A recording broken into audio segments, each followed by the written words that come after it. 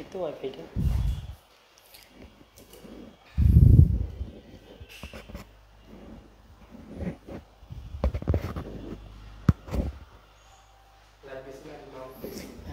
পড়ো কি জানি নাম, HSN অ্যাডমিশন কার্ড, ঠিক আছে।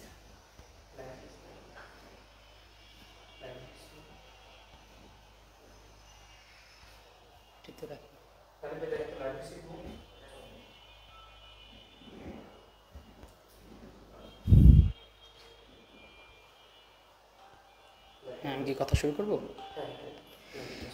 হ্যাঁ, আসসালামু আলাইকুম। পড়ো HSN অ্যাডমিশন কেয়ারের পক্ষ থেকে সবাইকে শুভেচ্ছা।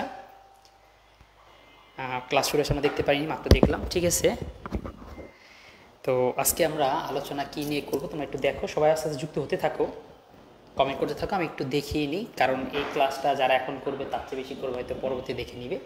তো আজকে ক্লাসের মধ্যে ভূগোলের পুরো টপিক, পুরো বইয়ের যা আলোচনা আমরা শেষ করে দিব। আমরা ফার্স্ট পেপারের সম্পূর্ণ কিন্তু দায়িত্ব নিচ্ছি HSC পরীক্ষার জন্য। আমরা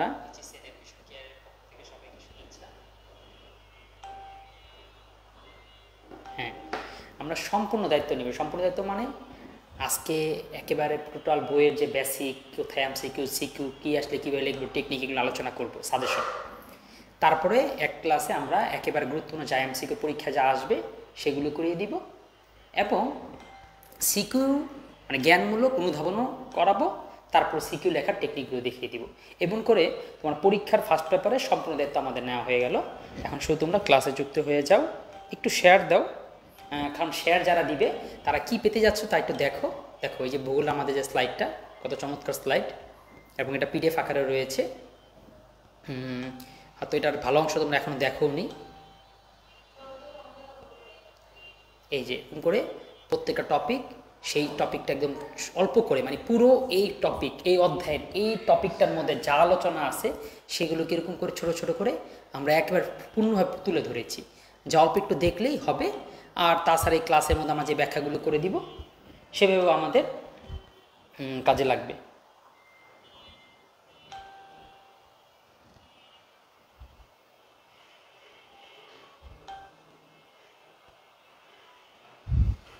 হ্যাঁ, দেখতে পাচ্তেছো। হ্যাঁ, তো আজকে দারুণ একটি ক্লাস হতে চলেছে, তোমরা একটু যুক্ত থাকো, দ্রুত ক্লাসে জয়েন হয়ে যাও। একদম কাছের যে বন্ধুরা রয়েছে ওদেরকে মেনশন দাও, আমরা আগামীকালকে বলে দিয়েছিলাম। যারা আমাকে নতুন প্ল্যাটফর্মে দেখছো তারা একটু জানাও, কারণ আমার পুরাতন স্টুডেন্ট, তারা একটু জানাও। আমরা তোমাদের জন্য আমি হয়তো কয়েকদিন একটু ক্লাস নেওয়া হয়নি, তো এই যে এখন শুরু করলাম। সামনে ইনশাল্লাহ সবগুলো ক্লাস নিয়ে আসবো।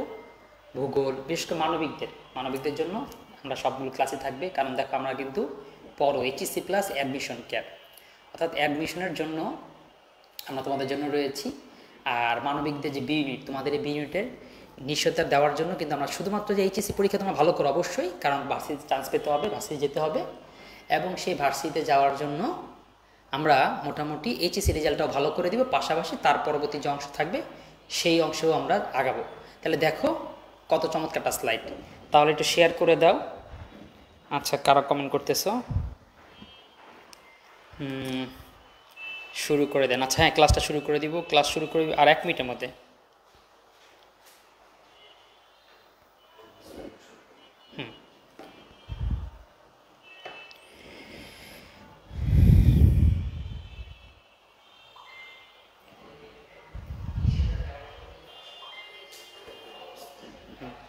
ঠিক আছে, তাহলে আমরা ক্লাস শুরু করে দিই। আমাদের যথাসময় হয়ে গেছে।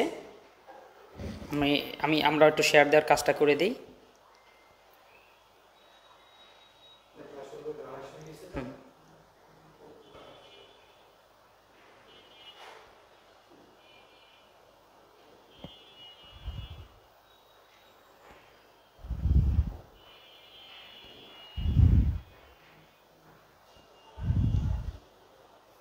আচ্ছা, কোন পেজ থেকে হইতেছে? আচ্ছা, ওই পেজ থেকে এটা শেয়ার দিয়ে দিন তো। আমার পেজ থেকে শেয়ার দিয়ে দিন। আচ্ছা, ওকে, তাহলে দেখো আমরা চলো ক্লাসটা শুরু করে দিই।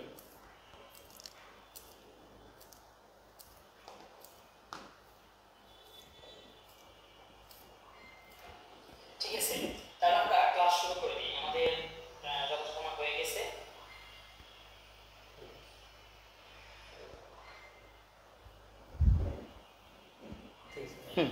দেখো, প্রথমেই আলোচনার প্রথমে থাকবে তোমাদের টপিক হচ্ছে মোট এই 6টা টপিক।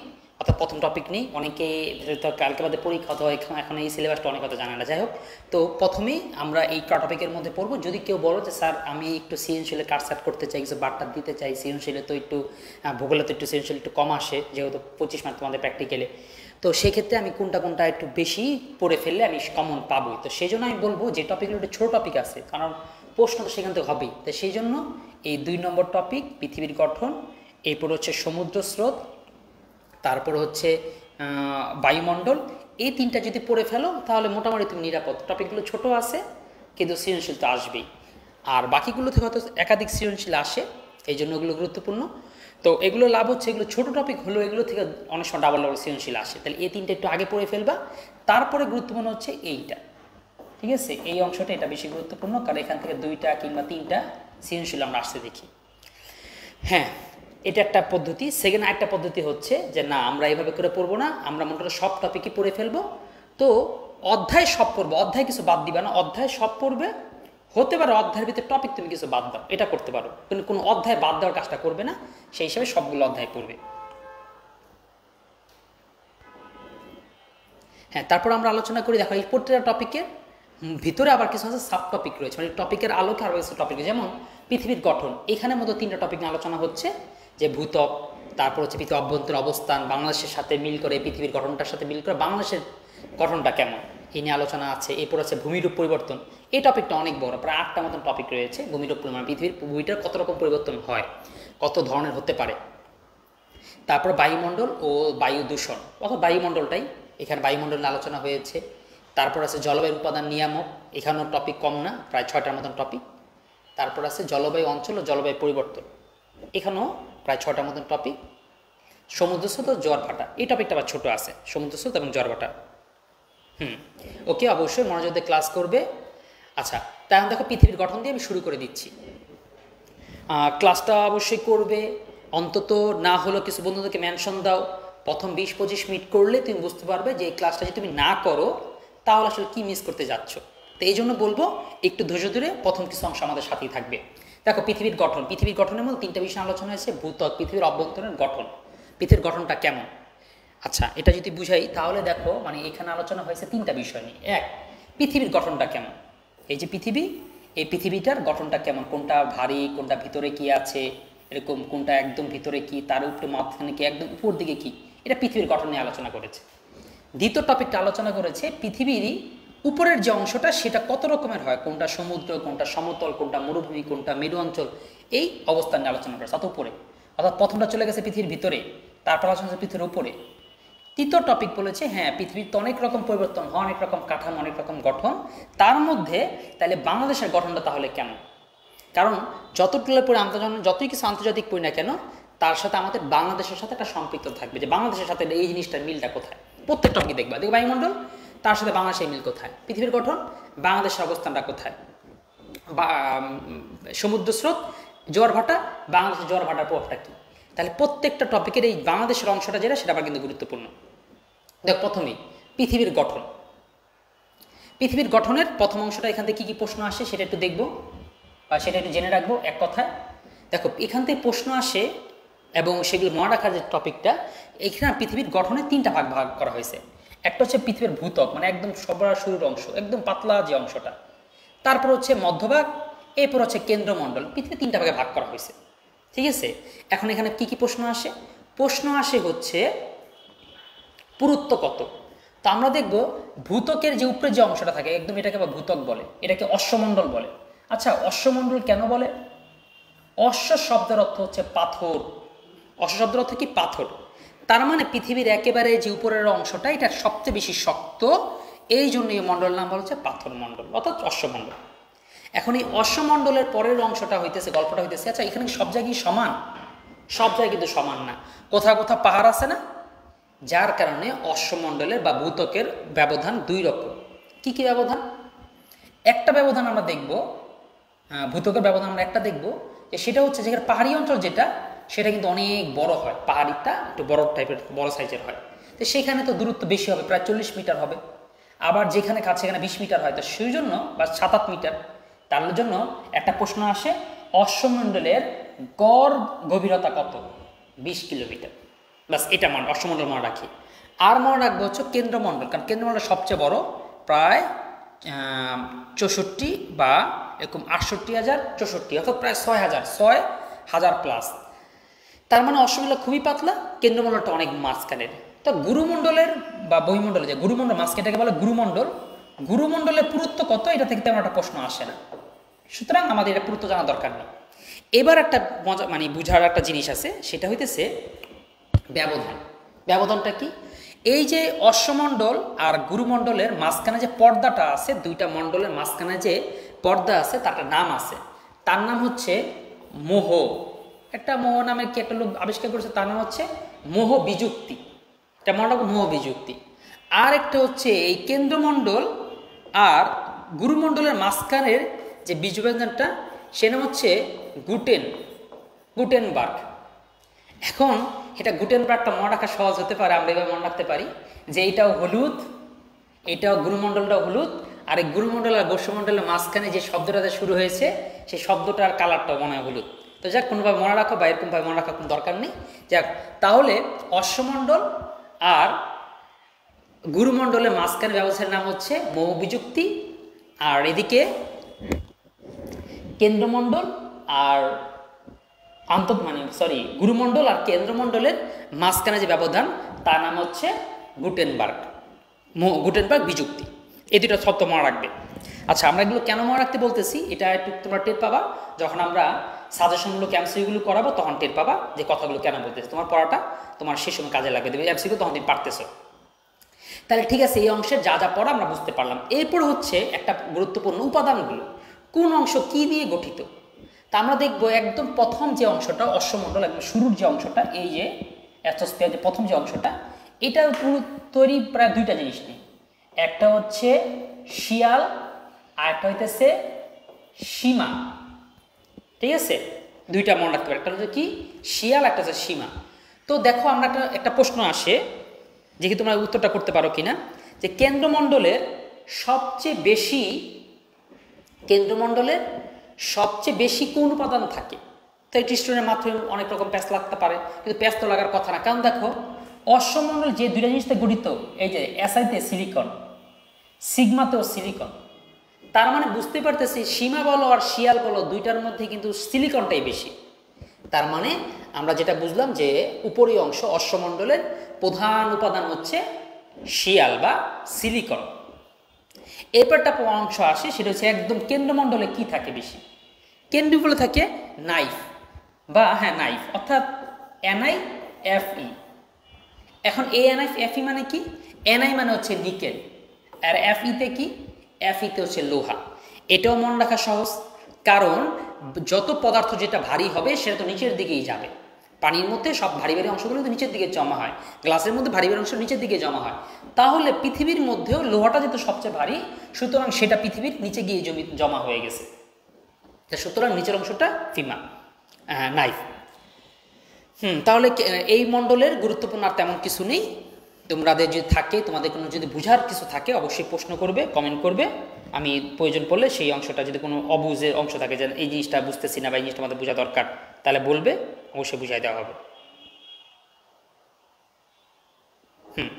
এরপর আসে পৃথিবীর গঠনে কত রকমের ভূমিরূপ আছে। পৃথিবীর গঠনে ভূমিরূপের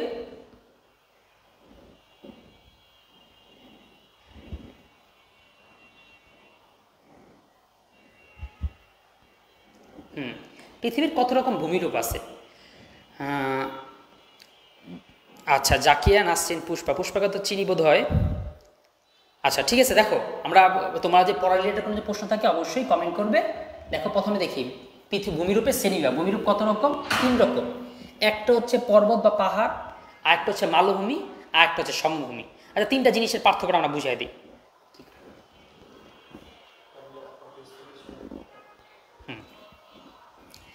আচ্ছা, 3টা জিনিসের পার্থক্যটা, হ্যাঁ সেটাই আমার থেকে করে @ফলো দিয়ে দিই। হ্যাঁ, তো যেটা বলতেছিলাম যে 3টা রূপ কেমন। 3টা রূপ হচ্ছে, একটা হইতেছে এই যে এরকম, অর্থাৎ উঁচু উঁচু পাহাড়।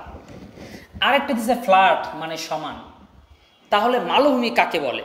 মালভূমি হইতেছে এই সমভূমি আর এই পর্বত, এই দুইটার মাঝে। তাহলে কিভাবে মাঝে হইল? এইটা সমতলের মানে পাহাড়ের মতন উঁচু, সমভূমির মতন সমান, এই জন্য নাম হচ্ছে মালভূমি। ঠিক আছে, তাহলে আমরা কি কি দেখলাম? সমভূমি কাকে বলে? অর্থাৎ পৃথিবীতে পাহাড়গুলো হচ্ছে থাকে কি উঁচু উঁচু, সমভূমি মানে সমান, আর যেটা অনেক উঁচু হয়ে সমান সেটা হচ্ছে মালভূমি। মালভূমি তোমরা দেখবা ইন্ডিয়ান বিভিন্ন মুভি টুভির মধ্যে মালভূমি দেখবা, দেখবা নায়কের একেবারে গাড়ি খাদে এসে পড়ে যায়, নিচে অনেক বড় খাদ থাকে, ওটা পাহাড় না, অর্থাৎ সমান অনেকখানি জায়গা, তারপর সেখান থেকে পড়ে যায়। অনেক মুভি, অনেক অংশ অনেক কিছু দেখে থাকবা। ঠিক আছে, তাহলে আমরা মালভূমি, পর্বত সবগুলো আমরা দেখলাম, পর্বতমালা চিনলাম, তারপর হচ্ছে সমভূমিও দেখলাম, আর মালভূমি কি অনেক উঁচু হয়ে তারপরে সমতল মালভূমি। এগুলো প্রকারভেদ আছে, যে পর্বতের 3 ধরনের প্রকারভেদ। একটা হচ্ছে ভঙ্গিল পর্বত, স্তূপ পর্বত, আগ্নেয় পর্বত, ক্ষয়জাত পর্বত। তিনটা কি কি জিনিস? প্রথম হচ্ছে ভঙ্গিল পর্বতটা কি? পৃথিবীর তোমাদের সামনে যদি কাগজ থাকে, কাগজটা আমরা ভাঁজ করে দেখাতে পারি যে আসলে ভঙ্গিল পর্বতটা কিভাবে তৈরি হয়। ঠিক আছে, ভঙ্গিল পর্বত কিভাবে তৈরি হয়?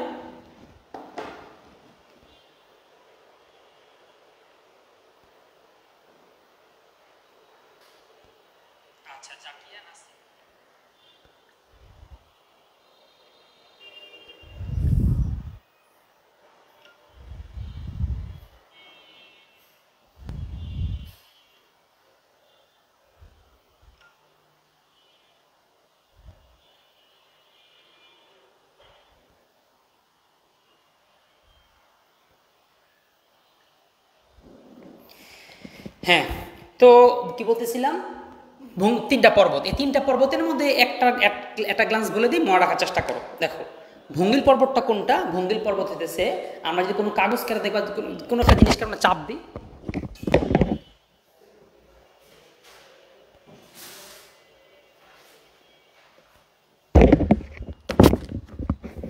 যেমন ধরো কোনো একটা কাগজকে বা এরকম আমি যখন চাপ দিই, হঠাৎ করে দেখবে এখানে যখন সারার পরে দেখবা কোনো একটা অংশ উঁচু, কোনো একটা অংশ গর্ত, কোনো একটা অংশ নিচু, কোনো একটা এই যে এরকম তৈরি হয়েছে।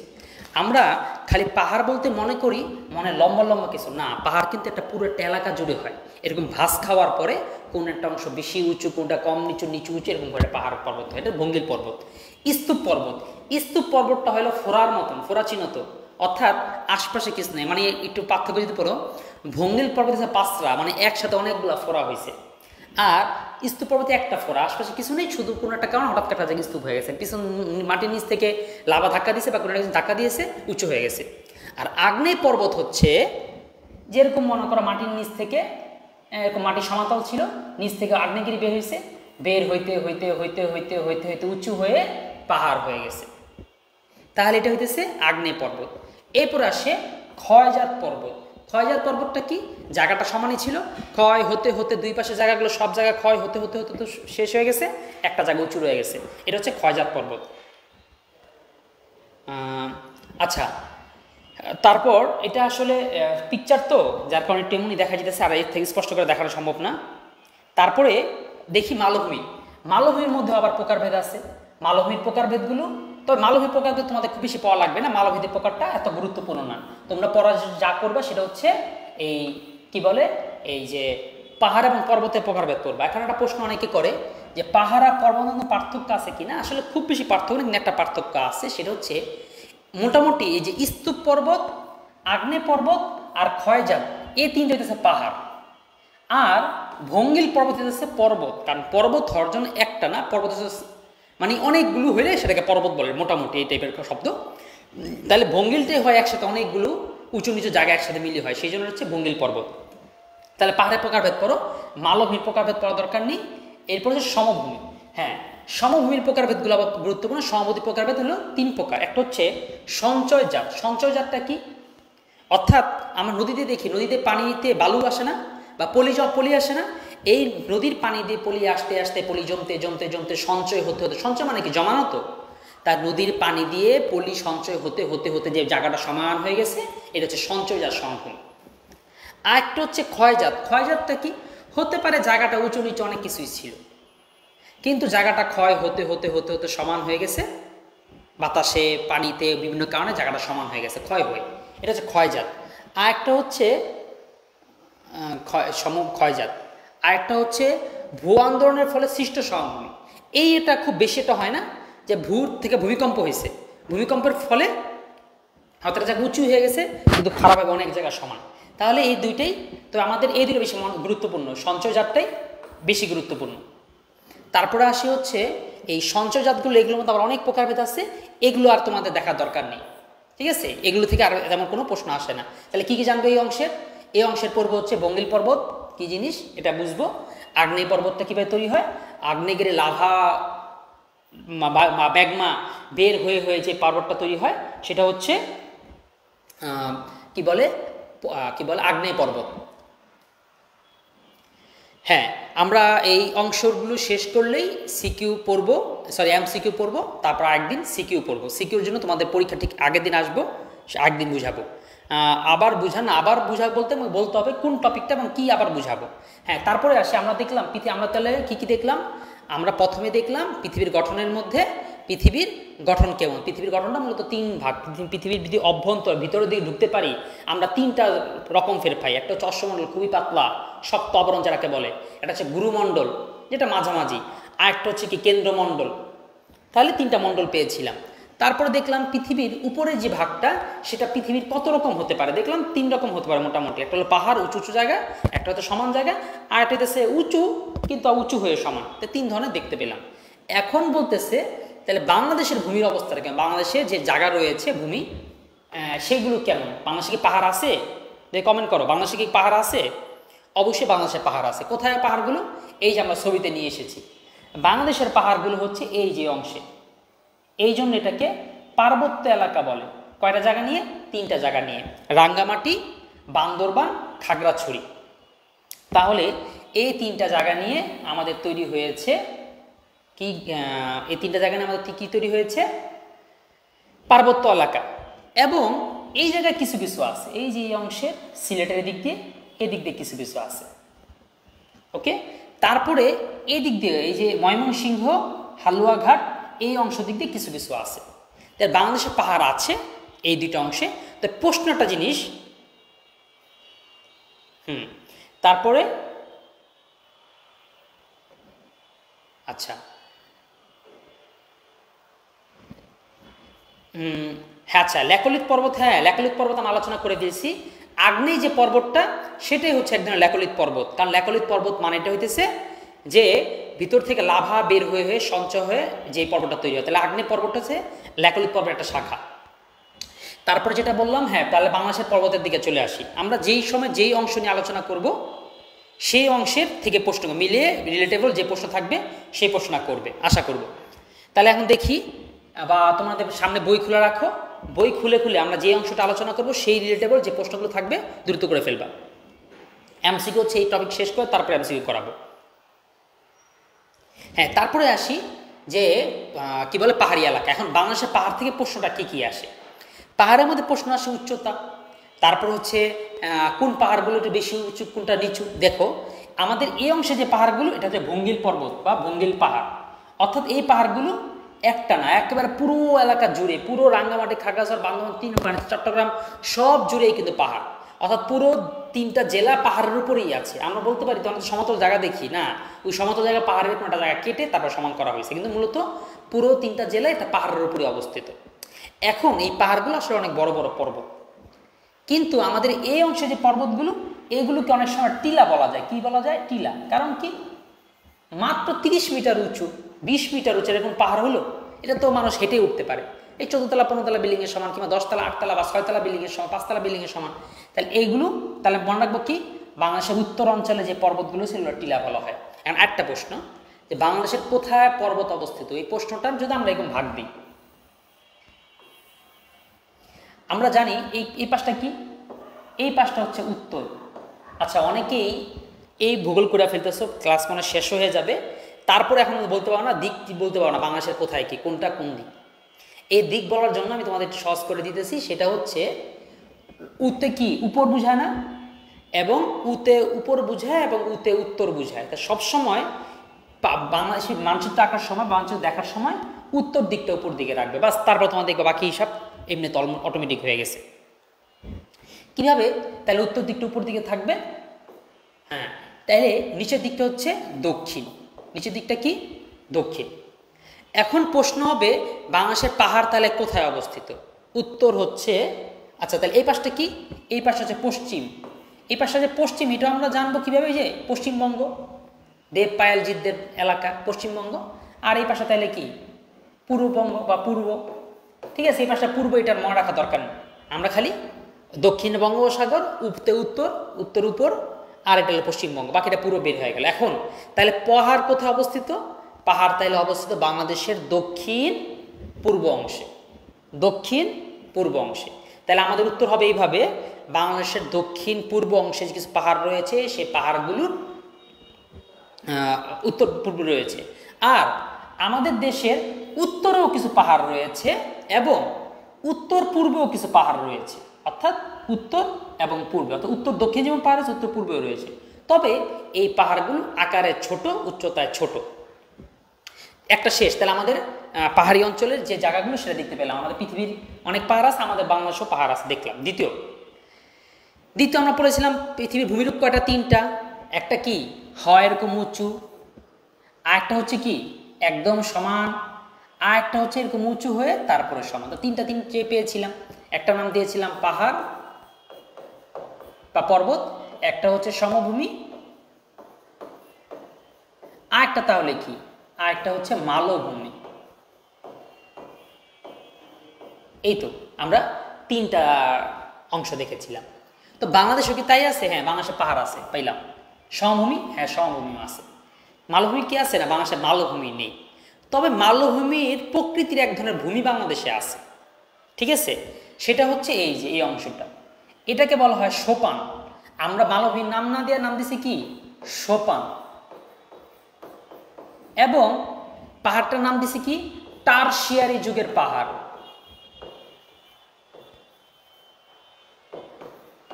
টারশিয়ারি কি জিনিস? আচ্ছা, টারশিয়ারি কি জিনিস সেটা তোমাদের প্রশ্ন আসবে না, জানার দরকার নেই, খালি এতটুকু বুঝো পৃথিবীর বয়স কোটি কোটি বছর, তো সে বিভিন্ন কোটি বছর করে বিভিন্ন ভাগে ভাগ করা হয়েছে। তোমাদের এখন ডাইনোসর একসময় ছিল, নাম ছিল জুরাসিক পার্ক, জুরাসিক আমল, এরকম জুরাসিক একটা টাইমের নাম, টারশিয়ারি টাইমের নাম, প্লাইস্টোসিনকাল টাইমের নাম। তাহলে আর বাংলাদেশের সমভূমিটা কোথায় হয়েছে? প্লাইস্টোসিনকাল।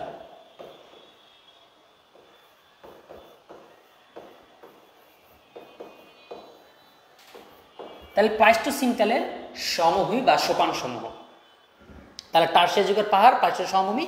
আর সমভূমিটা হচ্ছে সম্প্রতি, তার মানে আমাদের বাংলাদেশের যে সমভূমিটা আমরা এগুলো দেখি, এইটা পৃথিবীর সৃষ্টির অনেক আগে থেকে হয়নি, এটা সম্প্রতি, হয়তো এই সম্প্রতিটাও 1000 বছর, তো সম্প্রতি কিছুদিন আগে এটা হয়েছে। তার মানে আমাদের দেখো বাংলাদেশে কোন অঞ্চলটা, কোন অবস্থাটা বেশি? আমাদের এখানে কি এই কি বলে, এই যে পাহাড় বেশি, সোপান বেশি, নাকি সমতল ভূমি বেশি? স্পষ্ট দেখতেই পাচ্ছি আমাদের বাংলাদেশে সমভূমির পরিমাণ বেশি। কারণ কি? আচ্ছা, একজন বলছো ল্যাকোলিথ পর্বত বুঝাও। হ্যাঁ, তাহলে পৃথিবীর গঠন যখন বুঝাচ্ছি ল্যাকোলিথ পর্বত বুঝাই দিব। দেখো, ল্যাকোলিথ পর্বত হচ্ছে এই যে এমন ভিতর থেকে কোনো লাভা ধাক্কা দিয়েছে, ধাক্কা দেওয়ার ফলে সে উপর দিকে উঠেছে। যদি লাভাটা বের হয়ে যেত তাহলে নাম হতো আগ্নেয় পর্বত, কিন্তু লাভা তো বের হয়নি, জাস্ট কোনো কারণে ধাক্কা দিয়েছে, হালকা একটু ধাক্কা একটু উঁচু হয়ে গেছে। এই জন্য মনে রাখবা, ল্যাকোলিথের আমি মনে রাখি বা মনে রাখাই। আচ্ছা, অচিনপুরে রাজকন্যা চলে আসছে না? আচ্ছা, এরপর হচ্ছে কি জানি বললাম, ল্যাকোলিথটা কী করে নিচ থেকে হালকা একটু ধাক্কা দেয়, ধাক্কা দিলে পরে কোনো একটা ভূমি উঁচু হয়ে ওঠে, এটাকে ল্যাকোলিথ বলে। আমি এটা মনে রাখি, বলেছিলাম কি দিয়ে? ফোড়ার সাথে মিল লাগবে, ফোড়া। আমাদের শরীরে ফোড়া হয় না কি, হালকা করে উঁচু হয়ে যায়, কারণ কি ভিতর থেকে পুঁজ বা যেগুলো জিনিস ধাক্কা দেয়। তো এরকম ল্যাকোলিথ পর্বতটা একটা ফোড়ার মতন। তার সাথে বুঝতে পেরেছি তাহলে ল্যাকোলিথ পর্বতটা কী জিনিস। তাহলে যদি সংজ্ঞায় আসে, সংজ্ঞা কী দিবে? যে ভূ অভ্যন্তরীণ চাপের ফলে জমির কিছুটা বা ভূমির আংশিক উঁচু হয়ে যাওয়া ফলে যে পর্বতের সৃষ্টি হয়, তাই ল্যাকোলিথ পর্বত। এত কঠিন কিছু না, যা বলবো ক্লিয়ার দেখা যায়। কোনটা ক্লিয়ার দেখা যাচ্ছে না? হয়তো তোমার নেটে সমস্যা হতেছে, বাকি তো সবাই ক্লিয়ার দেখতেছে আলহামদুলিল্লাহ, আশা করি। তারপর হ্যাঁ, আমরা পরিণতি নিব ইনশাল্লাহ, পরিণতি ক্লাসও থাকবে, আমরা আস্তে আস্তে পরিণতি ক্লাসও নিব, দেখা যাক। এরপরে তাহলে পাহাড়ি অঞ্চল, পুরাতন পলি, নবীন গঠিত। হ্যাঁ, তাহলে আমাদের এখানে তো একটা লেখা আছে, আমাদের পরীক্ষা তাহলে কি আসবে, আমরা কি কি মনে রাখবো? পাহাড়ি অঞ্চলের নাম কি? টারশিয়ারি যুগের পাহাড়, তারপর হচ্ছে উচ্চ উঁচু ভূমি অর্থাৎ বা সোপান সমূহ, এটা কি প্লাইস্টোসিন কাল।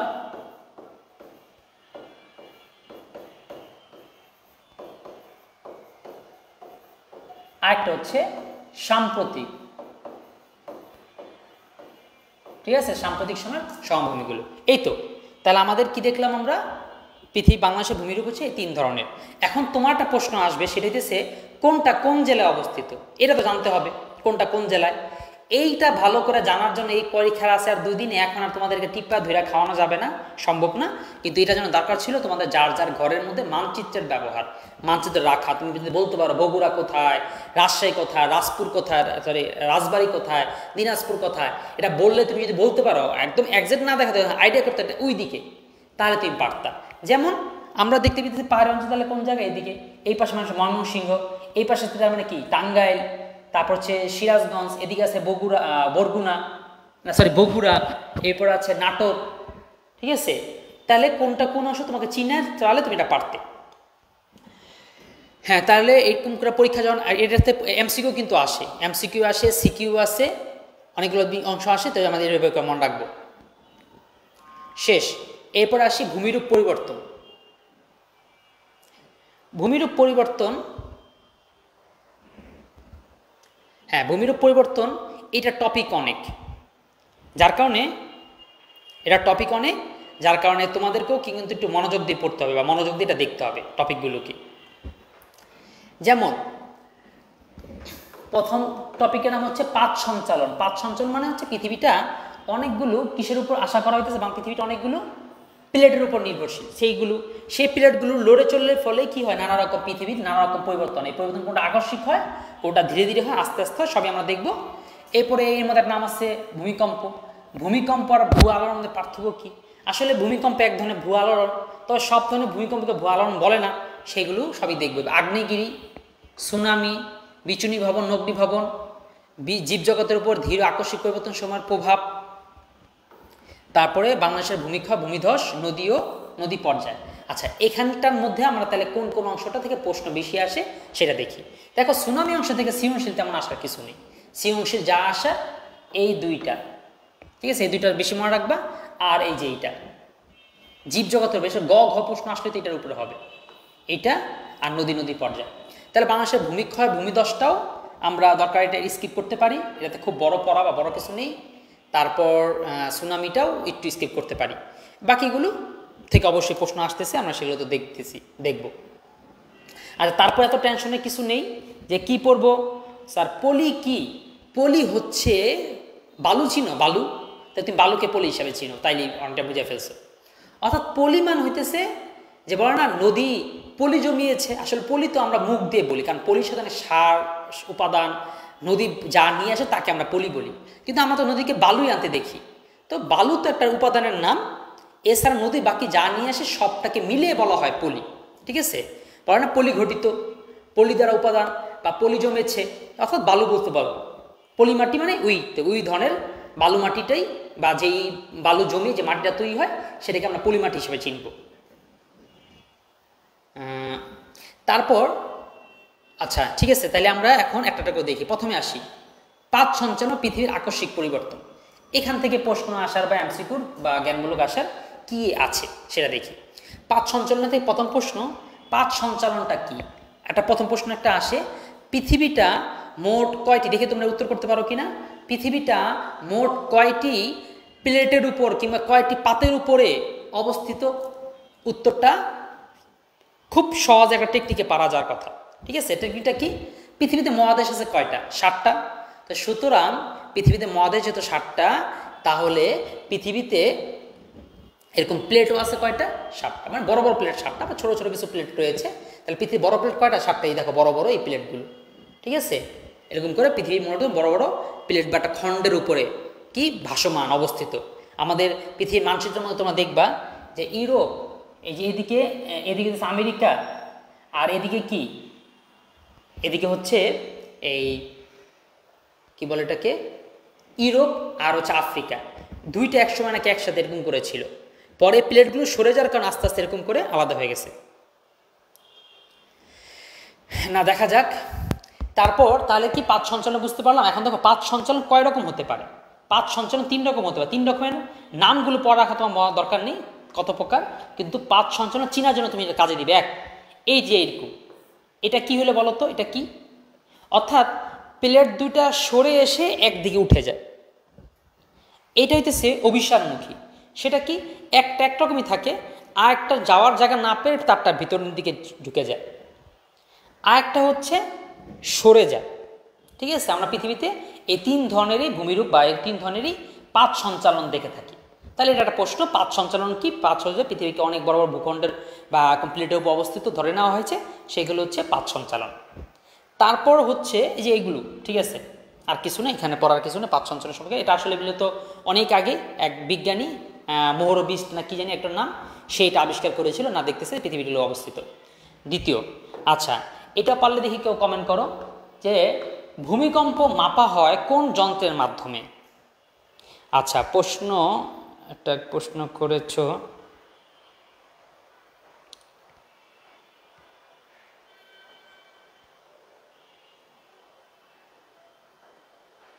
বুঝলাম না।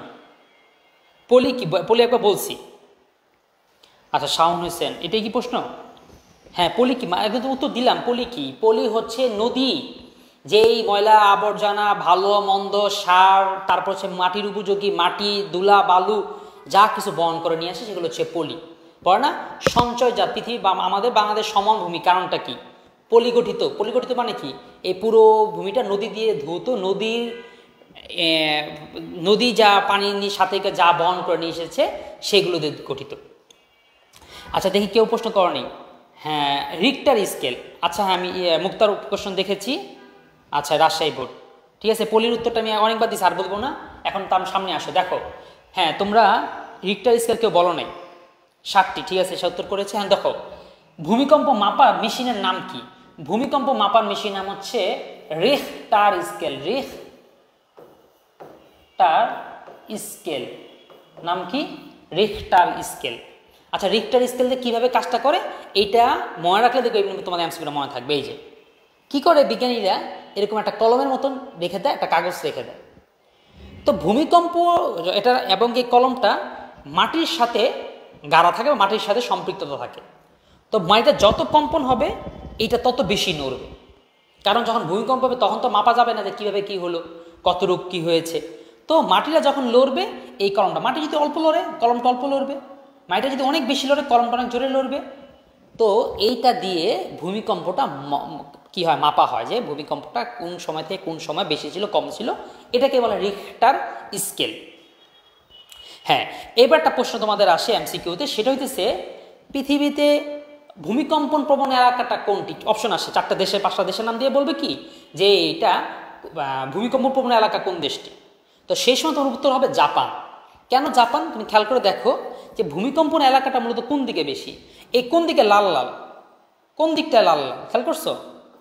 যত দিকগুলো লাল লাল সেটা হইতেছে মূলত সাগরের পাশ দিয়ে, খেয়াল করছো? সবগুলো সাগরের পাশ। আর এখানে জাপান, এই জন্য জাপান সবচেয়ে বেশি ভূমিকম্পন প্রবণ এলাকা। জাপান মনে করো ভূমিকম্পন প্রবণ এলাকা হওয়া সত্ত্বেও ওরা 80 তলা বিল্ডিং বানায়। ওরা যদি জানতে পারতো ওদের এলাকায় ভূমিকম্প না হইতো, ওরা 180 তলা বিল্ডিং বানাইতো।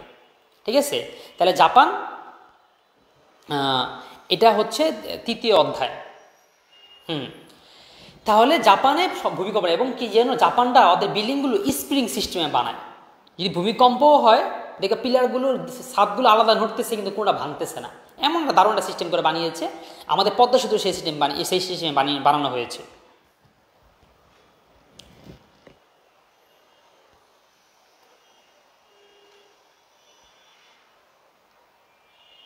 জাপান, তাহলে উত্তর পেরেছো।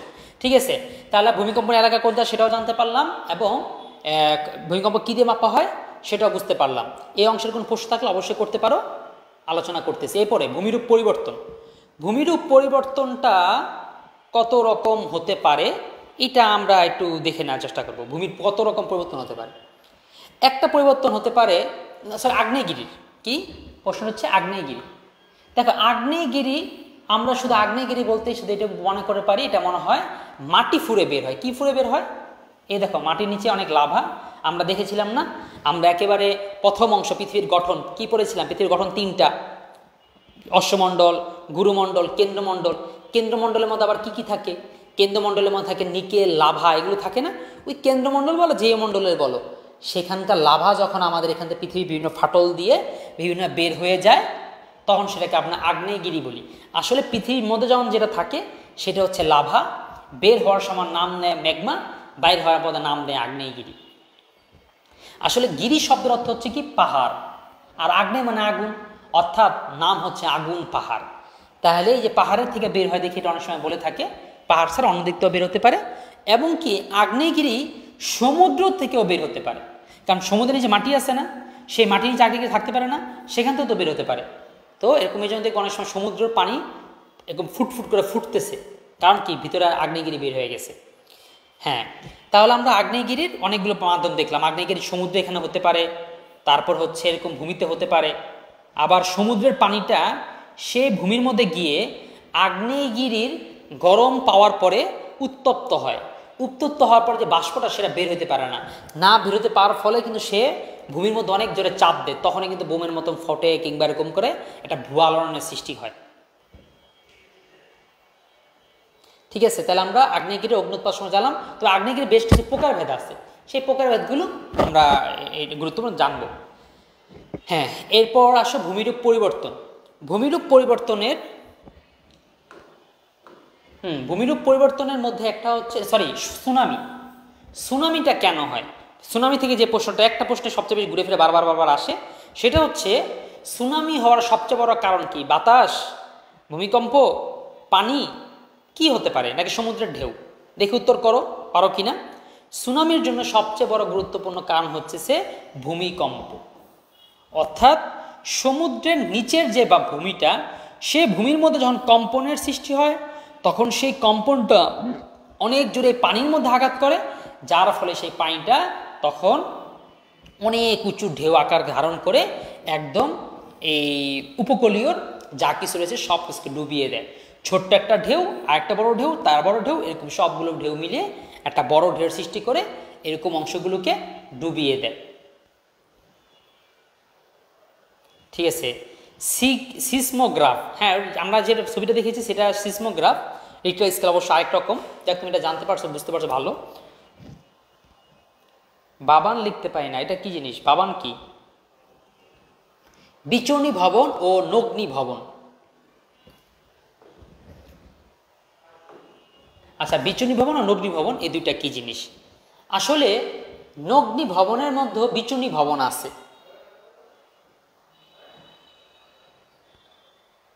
আমরা দুইটা জিনিস দেখি, নগ্নি ভবন এবং বিচনী ভবন।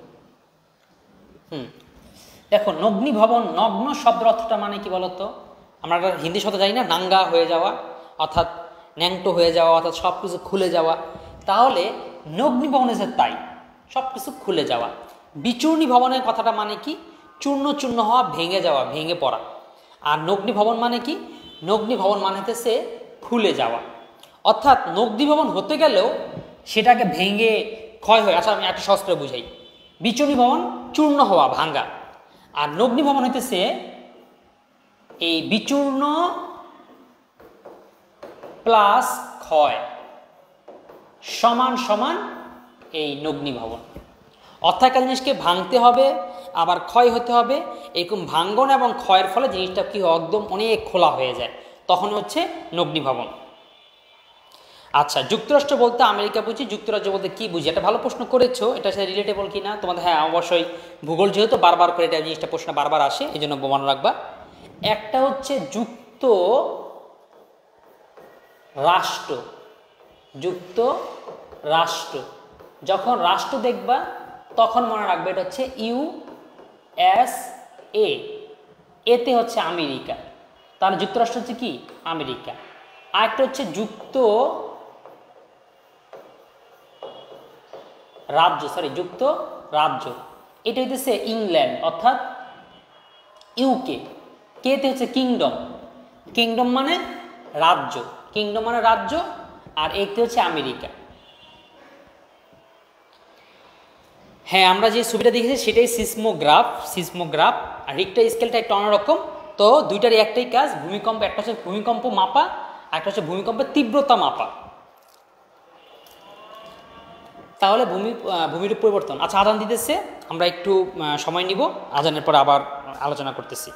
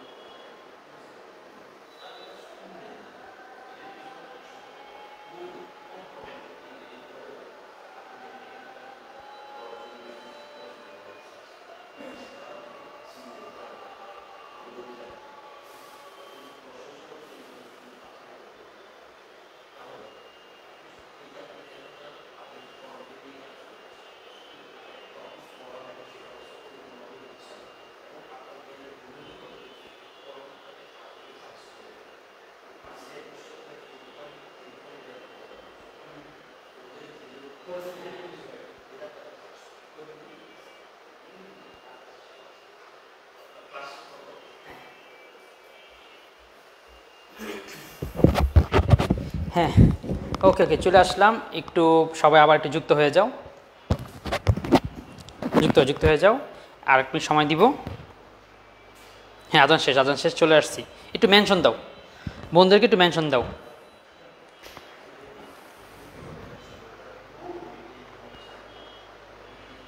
হ্যাঁ, আমরা চলে আসছি, একটু মেনশন দাও বন্ধুদেরকে, আর যা তার একটু ফোন দাও। হ্যাঁ, United state America, United kingdom.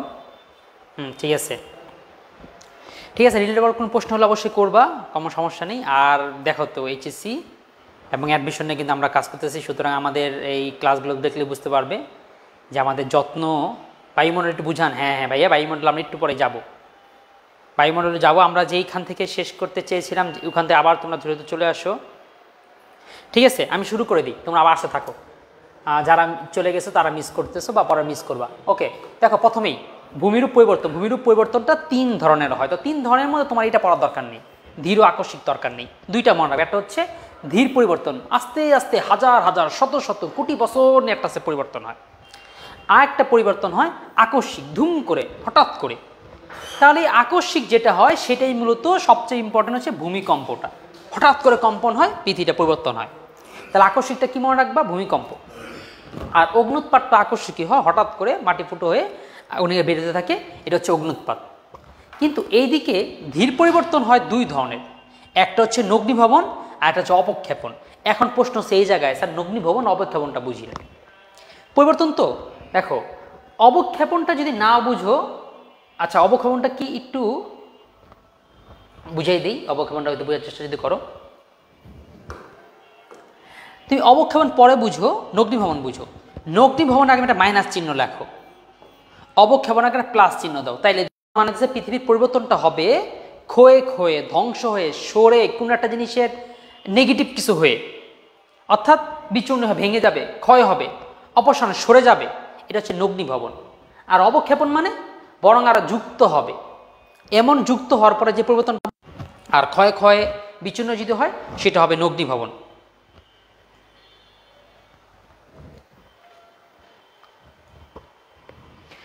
তাহলে আমরা এই অংশ দেখলাম। এবার আসি ভূমিরূপ পরিবর্তন। ভূমিরূপ পরিবর্তনের মধ্যে আমাদের কি বেশ কিছু প্রশ্ন আসে, এইগুলো আমাদের বুঝে বুঝে নিতে হবে। যেমন প্রথমে একটা দেখো, নদীর উৎস কোনটা? নদীর উৎসটা হইতেছে এই যে আমাদের, বিশেষ করে আমাদের বাংলাদেশে, আমাদের এই ছবিটা বাংলাদেশের প্রেক্ষাপটে তৈরি হলেও সারা পৃথিবীর সব প্রেক্ষাপটটা মিলে যায়। কিভাবে নদী দিয়ে তৈরি হয়? দেখো পাহাড়, পাহাড়ের এখানে উঁচু হওয়ার কারণে, প্রায় কি বলে মেঘমণ্ডলের খুব কাছাকাছি হওয়ার কারণে এখানে প্রচুর মেঘ জমে, ঠান্ডা হয়, তা সুতরাং অনেক প্রচুর বরফ জমে। সেই বরফটাই কোনো একটা কারণে তাপের পরে গলে যায়, গলে পরে পানি হয়।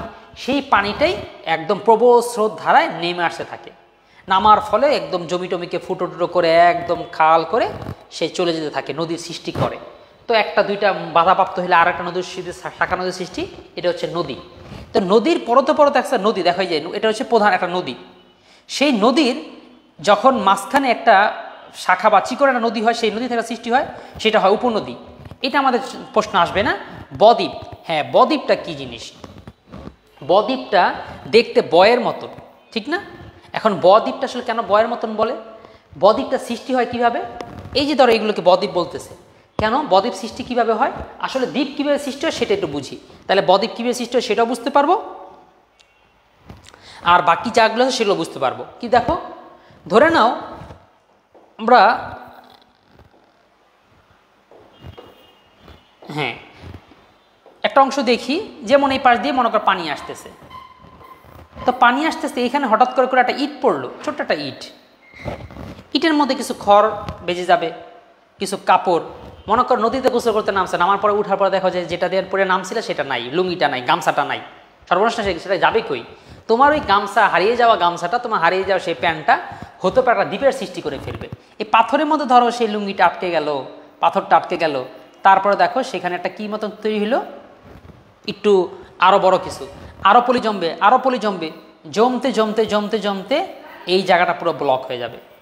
পানিটা তখন এই পাশ দিয়ে চলে যাবে, পানিটা এরকম পাশ দিয়ে চলে যাবে।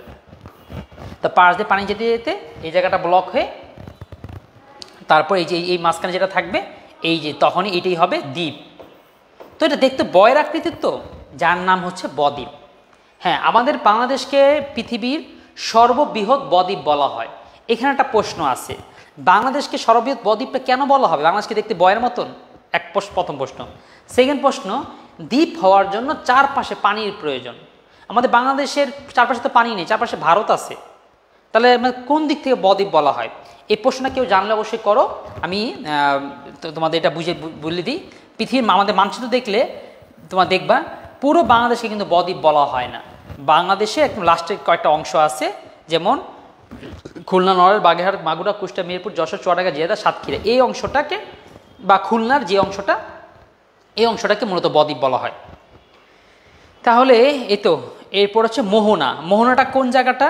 এই যে সাগর, এই যে মনে করো নদী, এই সাগর আর নদী যে জায়গাটাতে মিলিত হয়েছে সেই জায়গার নাম হয় মোহনা। এবার একটা নাম হচ্ছে অশ্বক্ষুরাকৃতি হ্রদ। আসলে হ্রদ কাকে বলে? যেই পুকুরও আছে না, পুকুরগুলো হচ্ছে এক ধরনের হ্রদ। হ্রদ মানে যার পানির সোর্সটা যাওয়ার জন্য বা উৎসটা প্রবাহিত হওয়ার মতন কোনো জায়গা নেই, একটা জায়গা আবদ্ধ হয়ে গেছে, একটা জায়গা আটকে গেছে, পুরা চারপাশে ভূখণ্ড, মাঝখানে পানি, এটাকে বলে হ্রদ বলে। তো সেই হ্রদটা যদি এরকম ঘোড়ার খুরের আকৃতির হয় তখন বলা হয় অশ্বক্ষুরাকৃতির হ্রদ। তাহলে বুঝতে পারলাম।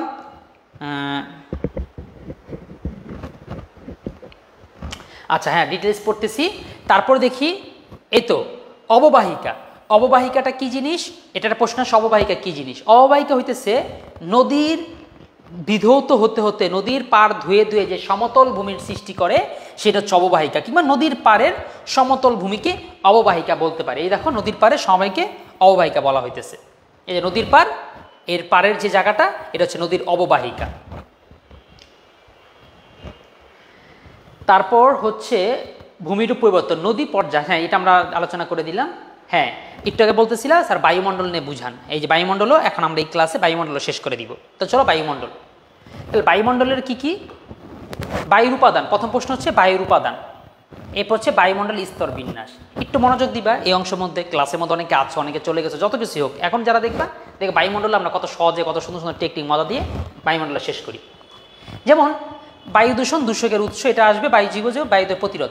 এই যে লাস্টে যে অংশগুলো না, এখান থেকে সৃজনশীল বেশি আসে, অর্থাৎ সিকিউ। তোমরা সিকিউর জন্য এই তিনটা অংশ পড়বা। এই তিনটা অংশ থেকে এমসিকিউ বা এমসিকিউর জ্ঞানমূলকের তেমন কিছু আসে না, অর্থাৎ এটা মস্ত করে একবার রিডিং করলে তোমাদের কাজ হয়ে যাবে, এই টাইপের এই তিনটা টপিক। তো যা প্রশ্ন আসে মানে মুখস্থ করা লাগে, একটু কঠিন লাগে এই টপিকটা, যে উপাদানগুলো আর স্তর বিন্যাসটা। কারণ কোন উপাদান কতটুক কি কি এইটা মনে থাকে না, আর্গন কতটুক, ধুলাবালি কতটুক, এগুলো তো আসলে এতটুকু মনে থাকে না, আর মনে রাখার প্রয়োজনও পড়ে না, সব তো আর আসে না। ঠিক আছে, তো যেটা আসবে না সেটা আমাদের মনে রাখার দরকারটা কি, কীভাবে করে পড়বো সেটা দেখি, বা কোনটা কোনটা পড়বো। প্রথমে দেখো বায়ুমণ্ডল, বায়ু দূষণ। বায়ুমণ্ডল, বায়ু দূষণের বায়ুর উপাদানের প্রথম কথা হইতেছে উপাদানগুলো। উপাদানগুলোর মধ্যে তুমি অনেক কিছুই পাবা। আমি আমার সময় কখনো সব পড়ি নাই, তোমার যদি পড়তে মন চায় পড়ো, আমি না করব না, কিন্তু কি কি পড়বা সেটা আমি বলবো, সাজেস্ট করবো, সেটা পড়ে দেখো, পরীক্ষা এতটুকু কমন পেয়ে যাবা। বাকিদের বেশিতে কেন পড়বা? প্রথমে হচ্ছে বায়ুর উপাদান প্রায় 6 থেকে 8 ধরনের উপাদান আছে। তো এর মধ্যে যেমন দেখো আর্গন, অন্যান্য অনেক কিছুই আছে, এগুলো পড়া দরকার নেই। তুমি পড়বা নাইট্রোজেনটা কত পার্সেন্ট, সবচেয়ে বেশি নাইট্রোজেন 78%, 78.08, এটা তোমার জানার দরকার নেই, তুমি শুধু 78টা মনে রাখো। নাইট্রোজেন কত পার্সেন্ট? 78%। এরপরে আসো অক্সিজেন। অক্সিজেন কত পার্সেন্ট? 20%। 78 আর 20 কত হয়ে গেল? প্রায় তো 98 হয়ে গেল, তাই না? তাহলে বায়ুমণ্ডল পুরাটাই অক্সিজেন আর নাইট্রোজেন আর অক্সিজেন মিলে বায়ুমণ্ডল দখল করে রাখছে। বাকি কার্বন ডাইঅক্সাইড হচ্ছে, এটাও গুরুত্বপূর্ণ, কার্বন ডাইঅক্সাইড 0.03%। তোমাদের এই 0.03% সম্পর্কে তোমাদের বিশেষ করে যাক তোমরা যারা এই ক্লাস করতেছো তারা অবশ্যই ভার্সিটির জন্য বি ইউনিটি করবা। মানব যেহেতু ভূগোল করতেছো, ভার্সিটি তোমাদের বি ইউনিটি, তোমাদের টার্গেট বি ইউনিটি, বা যে কোনো ইউনিটে মানবিকের তোমাদের টার্গেট থাকে, তাই তো? তোমাদের এই টার্গেট হিসাব করলে যেটা হয় যে তোমাদের একসাথে অনেক এমসিকিউ জানতে হয়, অনেক পড়া জানতে হয়। তো তোমাদের তিনটা তথ্য বলে দিই। এই বাংলাদেশের প্রেক্ষাপটে 0.03% তিনটা জিনিস আছে। একটা হচ্ছে পৃথিবীর কার্বন ডাইঅক্সাইডের পরিমাণ, তারপরে বাংলাদেশে ভেড়ার সংখ্যা, ঠিক আছে, 0.03% ভেড়ার সংখ্যা। আরেকটা হচ্ছে পৃথিবীতে ইহুদিদের সংখ্যা কত পার্সেন্ট। তো এইটা হচ্ছে এই তিনটা জিনিস দিয়ে আমরা এক তথ্য মনে রাখবো, 0.03%। আচ্ছা, তাহলে আমরা বায়ুর উপাদান 3টা জানতে পারলাম। কি কি মনে রাখবো? নাইট্রোজেন 78, অক্সিজেন 20 আর কার্বন ডাইঅক্সাইড 0.03%। আরেকটা প্রশ্ন, কার্বন ডাইঅক্সাইড কত পার্সেন্টে চলে গেলে আমরা মারা যাব? সেটিতেছে এই প্রায় 3%, এখানে তো 0.03%। যদি শুধুমাত্র 3%-এ চলে যায় তাহলে আমরা বাঁচবই না, মারাই যাব। আচ্ছা, তাহলে আমাদের বায়ুর উপাদানের কথা কি বললাম? বায়ুর উপাদান আরোর কাছে আর্গন টার্গন কি নিয়ন জিয়ন রেডন যা যা আছে বা ধূলিকণা টুলিকণা, এগুলো কোনোটার পার্সেন্টেজ আর তোমার পড়তে হবে না, 3টা পার্সেন্টেজ পড়বো। তারপরে আসবো আমরা বায়ুমণ্ডলের স্তর বিন্যাস। স্তরগুলো কি কি? বায়ুমণ্ডলের স্তর আমরা 5টা স্তর দেখতেছি। তো 5টা স্তরটা মনে রাখাটা একটু ঝামেলা হয়। তো ঝামেলা রাখার জন্য আমি একটা টেকনিক বলি, দেখো মনে রাখাটা পারো কিনা। প্রথম হচ্ছে ট্রোপোমণ্ডল, তাহলে ট্রপা, এরপর হচ্ছে স্ট্র, এরপর হচ্ছে ম্যাস, এরপর হচ্ছে থার্মোমিটার, এরপর হচ্ছে এক্স। তাহলে এবার মনে রাখো গল্পটার মাধ্যমে।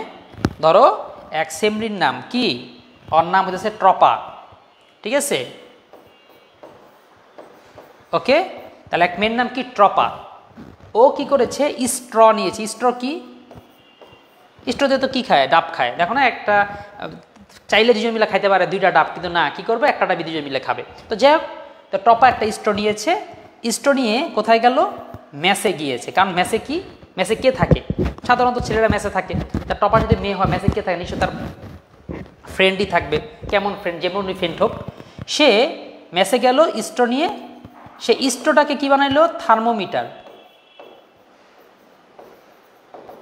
আর এক্স দিয়ে এক্সের জ্বর মাপে, এমনি মনে রাখো। তাহলে টপা, স্ট্র, ম্যাস, থার্মোমিটার, এক্স, মানে টপা স্ট্র দিয়ে থার্মোমিটার বানিয়ে মেসে গিয়ে তার এক্সের জ্বর মেপে আসলো। তো এইভাবে করে মনে রাখার চেষ্টা করো। তার মানে টপা, স্ট্র মানে স্ট্রোস্ফিয়ার, এই হচ্ছে মেসোস্ফিয়ার, থার্মোস্ফিয়ার, আর হচ্ছে কি? এক্সোস্ফিয়ার। তাহলে এই 5টা। এখন প্রশ্ন যে কোন অংশের কাজটা কি? কোন অংশের কাজ কি? কোন অংশের কি কাজ? এটাও মনে রাখাটা খুব বেশি দুরূহ বা কঠিন কাজ না। কেমন? প্রথমেই যদি আমরা টপার কথা মনে রাখি, টপা ছিল সবার আগে। টপা হলো মেয়ে, টপা ছিল সবার আগে।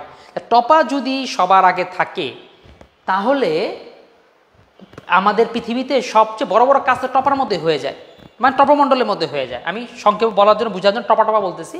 তোমরা এইভাবে সংক্ষেপটা ছোটো ছোটো করে মনে রাখবা, কারণ আমাকে ছোট করার পরে আমার জিনিসটা মনে রাখতে সুবিধা হয়েছে। অর্থাৎ এই মনে করো যে প্লেন চলাচল করা, তারপর হচ্ছে প্যারাশুট ওড়া, এরপর হচ্ছে বায়ুমণ্ডল, মানুষ শ্বাস নিঃশ্বাস প্রদান নেয়, অর্থাৎ বেঁচে থাকার যে বায়ুটা সবটা হচ্ছে প্রথম অংশে টপোস্ফিয়ারের মধ্যে আছে। এরপর হচ্ছে স্ট্রোস্ফিয়ার। স্ট্রোস্ফিয়ারটা আরেকটু উপরে, অর্থাৎ যেটা মেঘ শূন্য, প্যারাশুট দিয়ে বা এরকম হালকা একটু মহাশূন্যের মতন সেটা যেতে পারে। এর পরের অংশ যেটা মেসোস্ফিয়ার, সেখানে মূলত কি এরকম রকেট যায়। আর বিশেষ করে উল্কাগুলো মনে রাখো, যে উল্কাপিণ্ডগুলো যে পড়ে বা আগুনে, এই তাপের কারণে মেসোস্ফিয়ারের ডিগ্রিটা অনেক বেশি। এই তাপের কারণে এখানে অগ্নুৎপাতের ফলাফল হয়। উল্কা উপর থেকে পড়ে, কিন্তু এই মেসোস্ফিয়ারে আসার পরে এটা আগুন ধরে যায়। তারপর হচ্ছে থার্মোস্ফিয়ার। এইটা একটু উল্টা হয়ে গেল। থার্মোমিটার দিয়ে আমরা জ্বর মাপি, ঠিক না? থার্মোমিটার দিয়ে আমরা এইভাবে একটু মনে রাখবা, থার্মোমিটার দিয়ে আমরা জ্বর মাপি, গরম মাপি। কিন্তু আমাদের মহাকাশের, উল্টা নয়, সেমই হয়ে গেল। ঠিক আমাদের যে থার্মোমিটার বা থার্মোস্ফিয়ার, সেখানেও প্রচণ্ড গরম। দেখো প্রায় 1200 ডিগ্রি সেলসিয়াস। কত ডিগ্রি সেলসিয়াস এটা প্রশ্ন আসবে না, খালি এতটুকু যে কোন অংশের গরম, কোন অংশটা ঠান্ডা, কোন অংশটা গরম, সেটাই আমাদের এই অংশটা মোটামুটি, এই অংশটা একবার ঠান্ডা, একটা অংশ গরম, একটা অংশ ঠান্ডা, একটা অংশ গরম। আমাদের বায়ু স্তরটা এভাবে করে আস্তে আস্তে করে গিয়েছে। এরপরে এক্সোস্ফিয়ারেই মূলত একেবারে প্রায় মোটামুটি বায়ু শূন্য, যার কারণে সেখানে আমাদের কি নামগুলো, এটাকে উপগ্রহ, কি নাম? উপগ্রহগুলো ভাসতে থাকে আমাদের কোথায়? এই এক্সোস্ফিয়ারে। তাহলে বায়ুমণ্ডলের 5টা স্তরের নাম মনে রাখলাম। এরপর মানে স্তরগুলোর নাম আসে কোন অংশে। দ্বিতীয় প্রশ্ন আসে কোন স্তরের কি কাজ, কোন স্তর দিয়ে কী প্রবাহিত হয়। তাই সেই জিনিসগুলো আমরা দেখলাম। আর একটা প্রশ্ন যে কোন স্তরের তাপমাত্রাটা কেমন, সে তাপমাত্রা মনে রাখার জন্য আমরা একটা টেকনিক শিখলাম যে থার্মোস্ফিয়ার, থার্মোমিটার, আর এখানেই সবচেয়ে বেশি গরম। এরপর হচ্ছে বায়ুমণ্ডলের দূষণ। দেখ, দূষণ থেকে খুব বেশি প্রশ্ন আসে না, একটাই প্রশ্ন, মানে একদম ঘুরে ফিরে এক প্রশ্নই বারবার হয়, বা একটা প্রশ্ন তোমাকে বারবার জানতে হবে। সেটা হচ্ছে এর উপাদানগুলো কি কি। যেমন সালফার। আমাদের বায়ু দূষণের 2 ধরনের উপাদান আছে, একটা হচ্ছে প্রাইমারি পলিউশন মানে প্রাথমিক পলিউশন, আর একটা হচ্ছে সেকেন্ডারি পলিউশন। 2 ধরনের পলিউশন হয়। দেখো, একটা হচ্ছে প্রাইমারি পলিউশন। প্রাইমারি পলিউশন প্রথম হচ্ছে সিলিকন। দেখো আছে কি সিলিকন, ঠিক আছে। এরপর দেখো SO নাইট্রাস, এই দুইটা মনে রাখো, সালফার আর নাইট্রাস, এই দুইটা মনে রাখলে তুমি মনে করো বহুপদীগুলো তো এভাবে করে আসে, তো তাই বহুপদী তোমার কাজ হয়ে গেছে। তাই বায়ু দূষণের দুই উপাদান কি, সালফার আর হচ্ছে নাইট্রাস।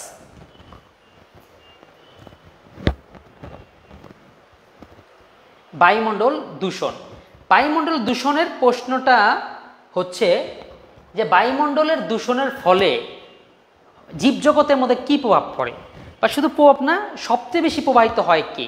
এর উত্তর হচ্ছে একটাই, সেটা হচ্ছে সবচেয়ে বেশি প্রবাহিত হয় হচ্ছে মানব দেহ। কারণ দেখো না কটা জিনিস প্রবাহিত হইতেছে, খেয়াল করে দেখো তো কটা জিনিস ক্ষতিগ্রস্ত হইতেছে। মানুষের শরীর ক্ষতিগ্রস্ত হচ্ছে, তারপর হচ্ছে পরিবেশ দূষণ হচ্ছে, এরপর হচ্ছে শরীরে নানা রকম রোগ ব্যাধি হচ্ছে। এখন দেখো তিনোটাই কিন্তু সেই ঘুরে ফিরে মানুষের শরীরটাই পড়তেছে। কারণ মানুষের বিভিন্ন অঙ্গ ক্ষতিগ্রস্ত হওয়া আর রোগ ব্যাধি হওয়া, সে মানুষের শরীরে ক্ষতি হওয়া, এবার পরিবেশ ক্ষতি হওয়া। সেই পরিবেশের ক্ষতি হলে তো পরে সেইটা মানুষ নাক দিয়ে শ্বাস নিলে মানুষের শরীরেরই ক্ষতি হয়। তাহলে আলটিমেটলি প্রশ্নের উত্তর যখনই প্রশ্ন আসবে উত্তর আমাদের এটাই হবে, সেটা কি, এই যে বায়ু দূষণের ফলে সবচেয়ে বেশি ক্ষতিগ্রস্ত হয় কি, মানবদেহ।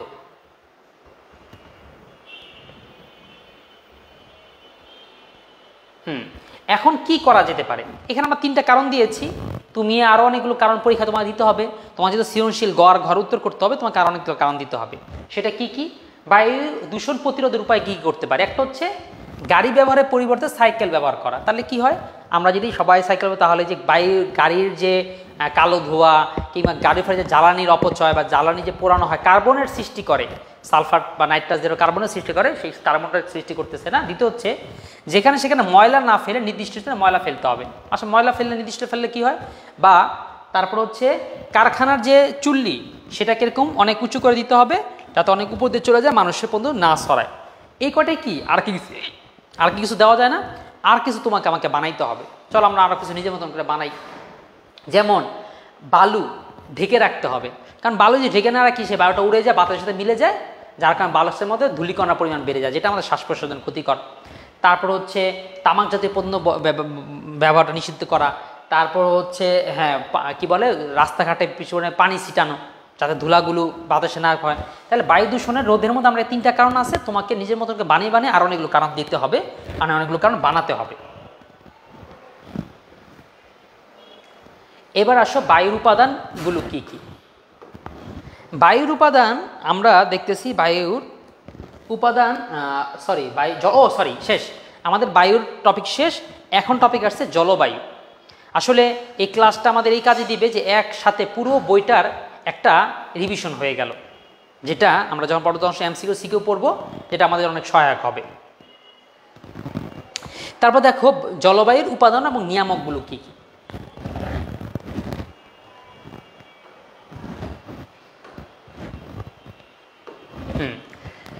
জলবায়ুর উপাদানগুলো হইতেছে, জলবায়ুটা কি সেটা তো বুঝো। একটা প্রশ্ন আসে যে জলবায়ু আর আবহাওয়ার মধ্যে পার্থক্যটা কি, কোনটা জলবায়ু, কোনটা ক্লাইমেট, আর কোনটা ওয়েদার। দেখো আবহাওয়া, আব মানে হচ্ছে পানি, হাওয়া মানে বাতাস, আবহাওয়া মানে হইতেছে। আর দেখো জলবায়ুর মধ্যেও কিন্তু জল মানে পানি, বায়ু মানে বাতাস। তার মানে আবহাওয়া আর জলবায়ুর মধ্যে বাংলা নামের মধ্যে কোনো পার্থক্য নেই। আবহাওয়া, আব হইতেছে ফার্সি শব্দ, আব পানি, আর হাওয়া হইতেছে আরবি শব্দ বাতাস। এরকম আরবি আর ফার্সি শব্দ মিল করে দুইটি মানে ফার্সি শব্দ আবহাওয়া, আর জলবায়ু হইতেছে বাংলা শব্দ। দুইটা এক জিনিস, কিন্তু পার্থক্য হচ্ছে বাংলার সংজ্ঞাগত পার্থক্য হচ্ছে আবহাওয়াটা হয় 1 থেকে 1 সপ্তাহের কি বলে বাতাস এবং পানির অবস্থা, অর্থাৎ আজকের আবহাওয়াটা কেমন, আজকের কি বলে ওয়েদারটা কেমন। তাহলে এটা হচ্ছে ওয়েদার, 1-2 দিনের ঘটনা, এটা 1-2 দিনের পানি আর বাতাসের অবস্থাটা কেমন। আর জলবায়ু হইতেছে প্রায় 30 থেকে 40 বছরের একটা গড় অনুপাত, যে এই এলাকার জলবায়ু কেমন, সৌদি আরবের জলবায়ু কেমন, ইতালির জলবায়ু কেমন, উগান্ডার জলবায়ু কেমন, আফ্রিকার জলবায়ু কেমন। কারণ ওখানে আফ্রিকার আমরা 30-40 বছর ধরে ওখানের অবস্থাটা কেমন, কারণ জলবায়ুটা পরিবর্তন হয় খুব ধীরে, আস্তে আস্তে, অনেক দীর্ঘদিন পর। তাহলে আমরা কি বুঝতে পারলাম জলবায়ু এবং হচ্ছে আবহাওয়া পার্থক্যটা। এখন জলবায়ু তো বুঝতেই পারলাম, জলবায়ু হইতেছে পৃথিবীর জল এবং বায়ুর অবস্থা। তাহলে পৃথিবীর জল এবং বায়ুর যদি অবস্থা হয়, এটার উপাদানগুলো কি কি, কয়টা উপাদান দিয়ে গঠিত? তাহলে উপাদানগুলো দেখব। এক হচ্ছে বায়ুর তাপমাত্রা, কারণ এই যে পৃথিবীর এক এক দেশ গরম, এক এক দেশ ঠান্ডা, কোনো দেশে বরফ পড়ে, কোনো দেশে প্রচুর বৃষ্টিপাত হয়, কোনো দেশে বাইরে বের হলে অনেক উত্তপ্ত, কোনো দেশে রাতের বেলা শীত, দিনের বেলা গরম। এই যে নানা যে কারণগুলো, এই যে জলবায়ুর এক এক দেশের জলবায়ুগুলো কেন পরিবর্তন, কোন উপাদানের কারণে? এই উপাদানগুলোর কারণে। কি কি উপাদান? একটা হচ্ছে বায়ুর তাপমাত্রা। বায়ুর তাপমাত্রা মানে বায়ু যদি গরম থাকে তাহলে সে অঞ্চলটা গরম, বায়ু যদি ঠান্ডা থাকে সেই অঞ্চলটা ঠান্ডাই হবে। তারপর হচ্ছে বায়ুর চাপ। বায়ুর চাপটা কি? বায়ুটা যেমন সমুদ্র এলাকায় বায়ুর চাপ বেশি থাকে, বায়ুর চাপ হলে সেখানে বৃষ্টিপাত একরকম হবে, বায়ুর চাপ কম থাকলে বৃষ্টিপাত হওয়ার কোনো কারণই থাকবে না। বায়ুর চাপ বেশি হলে ঘূর্ণিঝড় হবে, বায়ুর চাপ না হলে ঝড় হবে না, জলোচ্ছ্বাস হবে না। তাহলে এরকম এই বায়ু জলবায়ুর জন্য এগুলো সম্পর্কিত। এবার আসে বায়ুর আর্দ্রতা। আর্দ্রতাটা কি? আর্দ্রতা হচ্ছে কোন জায়গার বায়ুটা ভেজা ভেজা, কোন জায়গার বায়ুটা শুষ্ক। এই বায়ুর ভেজার শুষ্ক অবস্থাটা আমরা খালি চোখে দেখি না, টের পাই শীতকালে, ঠোঁট ফেটে যায়, আমরা মনে করি কেউ নাই এই জন্য আমার ঠোঁট ফেটে গেছে। আসলে না, ওটা কেউ থাকা না থাকার জন্য না, ঠোঁট ফাটে মূলত তুমি মেরিল ব্যবহার করো না দেখা, সরি পেট্রোলিয়াম জেলি ব্যবহার করা দেখা। তো এই যে কখনো কি হয়ে যায় শুষ্ক আর কখনো ভেজা, এটা কারণটা কি? এই বায়ুর আর্দ্রতা। তো এই আর্দ্রতার উপরও জলবায়ুটা নির্ভর করে। আর বায়ু আর্দ্র হলে সেখানে বৃষ্টিপাত হবে, যে বায়ু আর্দ্র না সেখানে বৃষ্টিপাত হবে না। তারপর হচ্ছে বৃষ্টিপাত। এরপর হচ্ছে বায়ু প্রবাহ। বায়ুর প্রবাহের উপর কিন্তু বৃষ্টিপাতের হিসাব হয়। প্রশ্ন,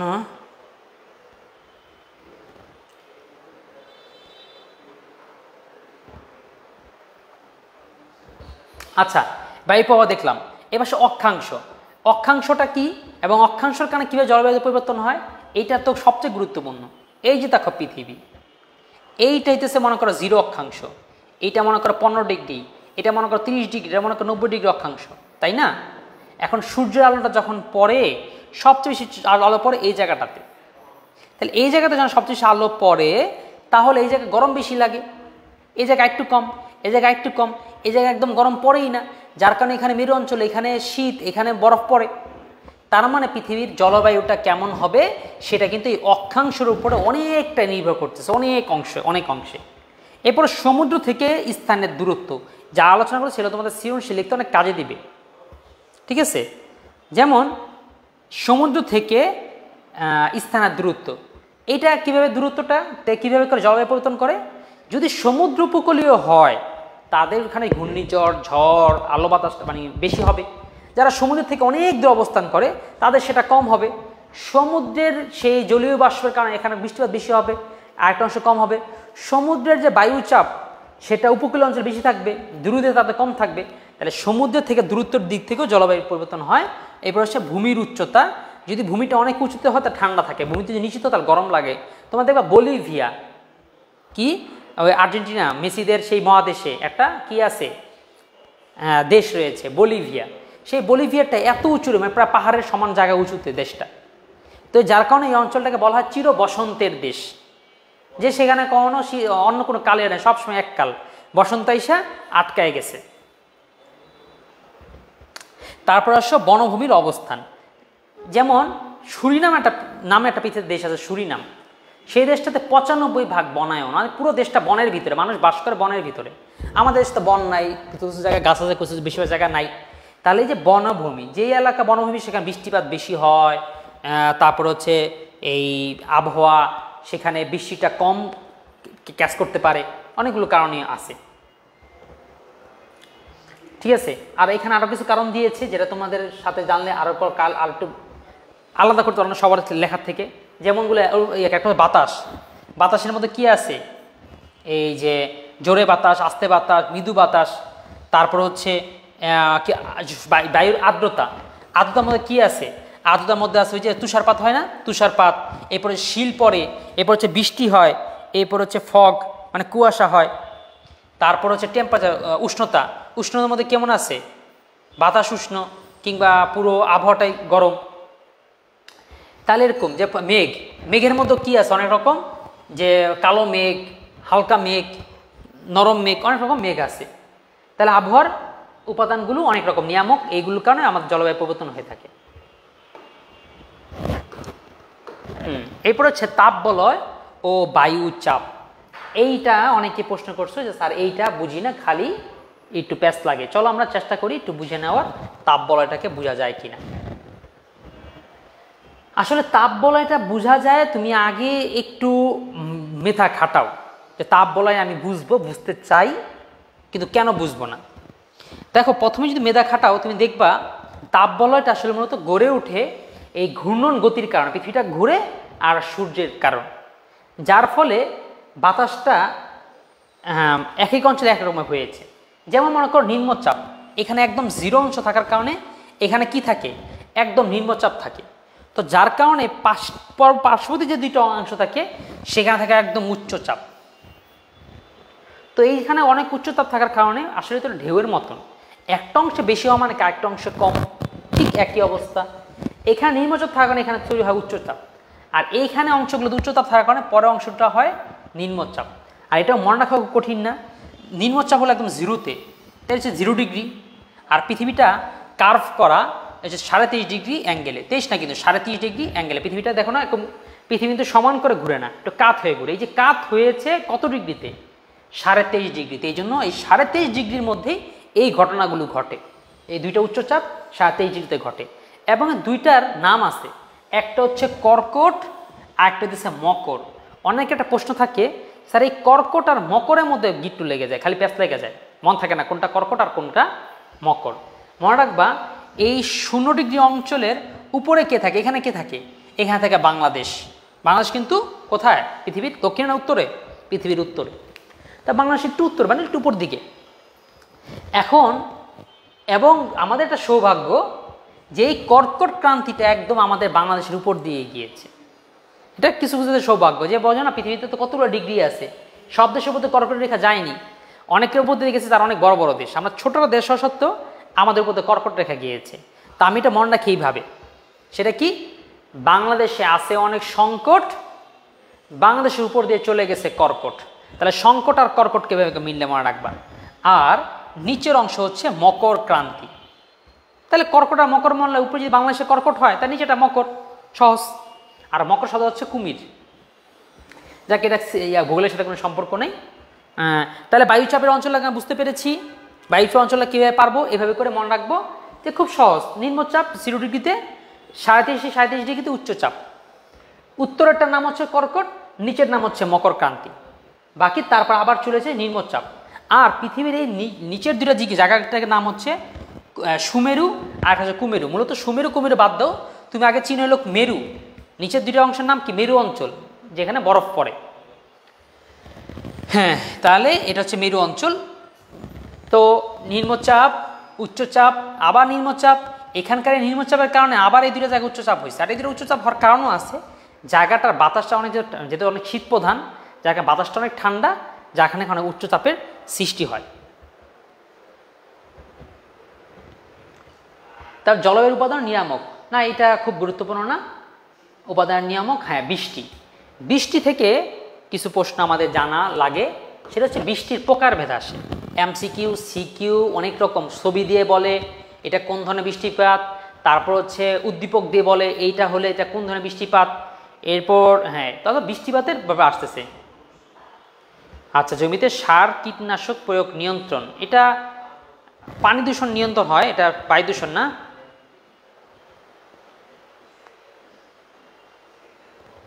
আচ্ছা, পড়তে পারো না রিভিশন, ঠিক আছে, ক্লাসে পড়ে নাও।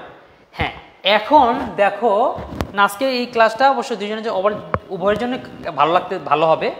যারা একেবারে নতুন তাদের জন্য, আবার যারা রিভিশন পর্যায়ে তাদের জন্য। হ্যাঁ দেখো, বৃষ্টিপাত কয় রকম, বৃষ্টিপাত হচ্ছে 4 রকম। একটা নাম হচ্ছে কি, পরিচলন। কি নাম, পরিচলন। একটা হচ্ছে ঘূর্ণি, একটা শৈলোৎক্ষেপ, একটা সীমান্ত বৃষ্টিপাত। সীমান্তটা তোমাদের পরীক্ষা আসে না, তোমাদের এই 3টা মনে রাখো, পরিচলন, ঘূর্ণি আর হচ্ছে কি শৈলোৎক্ষেপ। আমি 3টা খুব সহজ করে মনে করাই দিতেছি, বুঝাই দিতেছি, সুন্দর করে মনে রাখবা, আশা করি সুন্দর করে মনে রাখবা। তোমাদের অনেকে সায়েন্সের আগে 9 10 সায়েন্সে পড়ে আসছো, এমন কেউ থাকতে পারো, তারা ভালো করে জানো। তোমরা কি পড়েছিলে সায়েন্সে, তাপ পরিবহনের সিস্টেম কি। তাপ পরিবহনের 3টা সিস্টেম থাকে, বিকিরণ, পরিবহন, পরিচলন। তো পরিচলন তাপ পদ্ধতিটার নাম কি ছিল, চায়ের কেটলি। কি মনে রাখবা, কি চায়ের কেটলি, বা আমি সহজকে মনে করে দিই চা, বা চা কেটলি লিখি, চা কেটলি। এই বৃষ্টিপাতটা চায়ের কেটলির মতন সিস্টেমের বৃষ্টিপাতটা হয়। কেমন? আমাদের যদি কাচের চায়ের কেটলি দেখো, নিচ দিয়ে যখন আগুন লাগে বা আগুন থাকে, চায়ের ওই পানিটা কি হয়ে যায়, হালকা হয়ে যায় তাপের ফলে, সে উপর দিকে উঠে যায়। তো তার উপর যাতে যেটা খালি হয়, পাশের বায়ু কণাগুলো সেখানে চলে আসে, সেটা তাপ পেয়ে আবার উপর দিকে উঠে যায়, পাশেটা আবার সেখানে আসে। এই যে এই প্রক্রিয়ার মধ্যে যে বৃষ্টিপাতটা হয় সেটা হচ্ছে পরিচলন বৃষ্টিপাত, মানে পরিচলন এই নামটা, প্রক্রিয়ার নাম হচ্ছে পরিচলন। তো এখন এই প্রক্রিয়া যদি বৃষ্টিপাত হয় তাহলে তার নাম হয় পরিচলন বৃষ্টিপাত। কেমন? এটা উদাহরণ, যেরকম মনে কর বাতাস এরকম করে মেঘ হয়, উপরে যায় মেঘ হয়, মেঘ হয় বৃষ্টি হয়, বৃষ্টি হওয়ার পরে সে বাতাসটা আবার নিচে আসে, আবার এরকম করে যায়, তাহলে হচ্ছে কি পরিচলন বৃষ্টিপাত। এরপর একটা আছে ঘূর্ণি বৃষ্টিপাত। ঘূর্ণিটা কি? অর্থাৎ এই পাশ থেকে একটা বাতাস আসে, এটা ঘূর্ণন দিকে যায়, আবার এই পাশ থেকে বাতাসে ঘূর্ণন দিকে, উপর দিকে সংঘর্ষের ফলে এটা তৈরি হয়। ঠিক আছে? অর্থাৎ এটাকে তোমাদের বই অনেক সময় থাকে সংঘর্ষ, এটাকে মনে রাখবা সংঘর্ষ দিয়ে। যে বৃষ্টিপাতটা মূলত দুই ধরনের বাতাসের সংঘর্ষের ফলে, দুই ধরনের বায়ু উপরে উঠে গেছে, মেঘ হয়ে গেছে, পরে বৃষ্টি হয়ে নামছে, এটা হচ্ছে সংঘর্ষ বৃষ্টিপাত। তারপর একটা আছে শৈলোৎক্ষেপ। শৈলোৎক্ষেপের মধ্যে মনে রাখবা শৈল, এই শৈল শব্দের অর্থ হচ্ছে পাহাড়। তার মানে শৈলোৎক্ষেপ বৃষ্টিপাত হওয়ার জন্য পাহাড় আবশ্যক, পাহাড় ছাড়া শৈলোৎক্ষেপ বৃষ্টিপাত হওয়া সম্ভব না। এটা কিভাবে? এটা হচ্ছে ধরো পাহাড়, এইখান দিয়ে বাতাসটা মনে করো মেঘ যাচ্ছিল, তো যাওয়ার সময় পাহাড়ে বাধাপ্রাপ্ত হয়ে সেটা বৃষ্টি আকারে ঝরে পড়বে, এটার নাম হচ্ছে শৈলোৎক্ষেপ। অর্থাৎ শৈলের সাথে উৎক্ষেপ হয়ে যে বৃষ্টিপাত সেটা হচ্ছে শৈলোৎক্ষেপ বৃষ্টিপাত। বুঝতে পারলাম? আর একটা হচ্ছে সীমান্ত, অর্থাৎ বাতাসটা একেবারে সমুদ্রপৃষ্ঠ থেকে উঠতে হয়ে উপরের দিকে গরম হয়ে যায়, গরম হয়ে বৃষ্টিপাত হয়, অর্থাৎ সমুদ্রের জলীয় বাষ্প উপর দিকে উঠে এরপর উপরে হালকা করে গরম পানি দিয়ে এটা গরম হয়ে বৃষ্টিপাত হয়ে যায়। মেঘ ঘনীভূত হয় মাধ্যাকর্ষণ শক্তির ফলে, আবার এটা ঝরে পড়ে।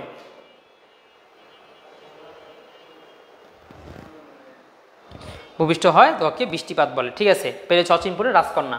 হ্যাঁ, তুমি আগে যেরকম কমেন্ট করতে, এখনো সুন্দর সেভাবে কমেন্ট করতেছো, প্রত্যেক পড়ার সাথে মিলিয়ে মিলিয়ে সেটার সঙ্গে আলোচনা করতেছো। শেখ সমুদ্র স্রোত, জোয়ার ভাটা। ঠিক আছে, আমরা আলহামদুলিল্লাহ পুরো বইটা রিভিশনের পর্যায়ে প্রায় চলে এসেছি। লাস্টের টপিকটা সমুদ্র স্রোত এবং জোয়ার ভাটা। হ্যাঁ, আমাদের ক্লাসগুলো দেখতেছো, আমাদের যে যত্ন, আমাদের যে প্রিপারেশন, আমরা কতটা গুছানোভাবে তোমাদের সাথে উপস্থিত হয়েছি, তোমাদের কিভাবে করে কোন চিত্রে আমাদের জিনিসটা বুঝিয়ে দেওয়া যায় এইভাবে করে এসেছি। ঠিক এমনভাবে কিন্তু তোমাদের সাথে আমরা থাকবে অ্যাডমিশনে। অর্থাৎ তোমাদের শুধু আমরা এইচএসসি যেমন কেয়ার করেছি, এরপর আমরা তোমাদের কেয়ার করবো হচ্ছে অ্যাডমিশনে তোমাদের কেয়ার করব। তো সুতরাং তোমরা আমাদের যে পরের যে অ্যাডমিশনের যে প্রোগ্রাম সেটা জেনে রাখো। তোমাদের পরীক্ষা শেষ হওয়া মাত্রই, এখন অবশ্য অফার চলতেছে, ভর্তি হলে এখনই ভর্তি হয়ে যেতে পারো। পরীক্ষা শেষে অবশ্য ভর্তি হতে পারবে, অত অফারটা থাকবে না।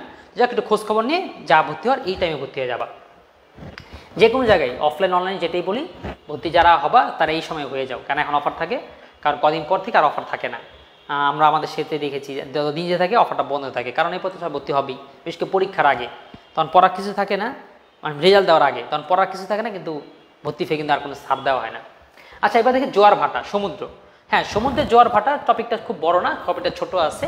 তিনটা জিনিস, একটা হচ্ছে সমুদ্র স্রোতের কারণগুলো কি কি। ঠিক আছে, সমুদ্র স্রোতের কি কি কারণে সমুদ্র স্রোত হয়, এটা একটা জিনিস। দ্বিতীয় হচ্ছে জোয়ার ভাটার কারণ, আর এই জোয়ার ভাটার সাথে বাংলাদেশের উপকূলের অঞ্চলের সাথে সম্পৃক্ততাটা কি, এই তিনটা প্রশ্ন। তাহলে সবটা আমরা জানি। প্রথমে জানি সমুদ্র স্রোতের কারণ কি, মানে সমুদ্র ঢেউয়ের কারণ কি, স্রোতের কারণ কি।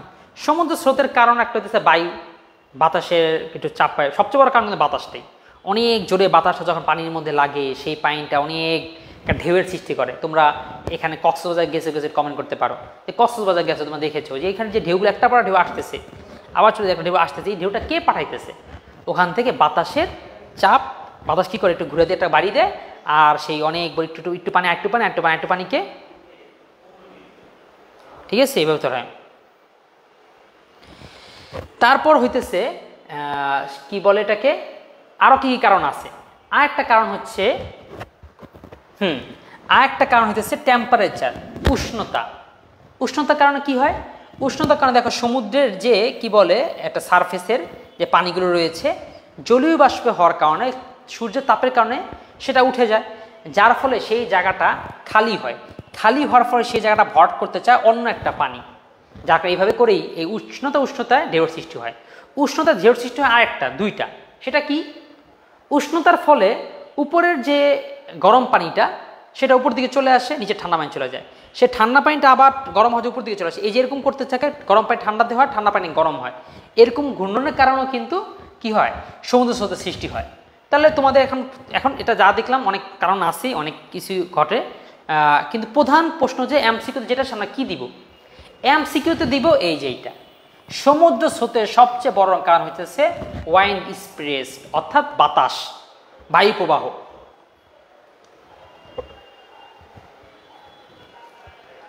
সমুদ্র স্রোত ও জোয়ার ভাটা, হ্যাঁ এইটা অনেকেই প্রশ্ন করো যে স্যার জোয়ার ভাটা বুঝি না, প্রকার ভেদ বুঝি না, কিভাবে কি হয়, কোনটাই কোনটা মনে থাকে না। এটাও দেখো মন রাখা আসলে চিত্রের মাধ্যমে হলে সব কিছু এমনিতেই মন রাখা সম্ভব, খুব কঠিন কিন্তু না।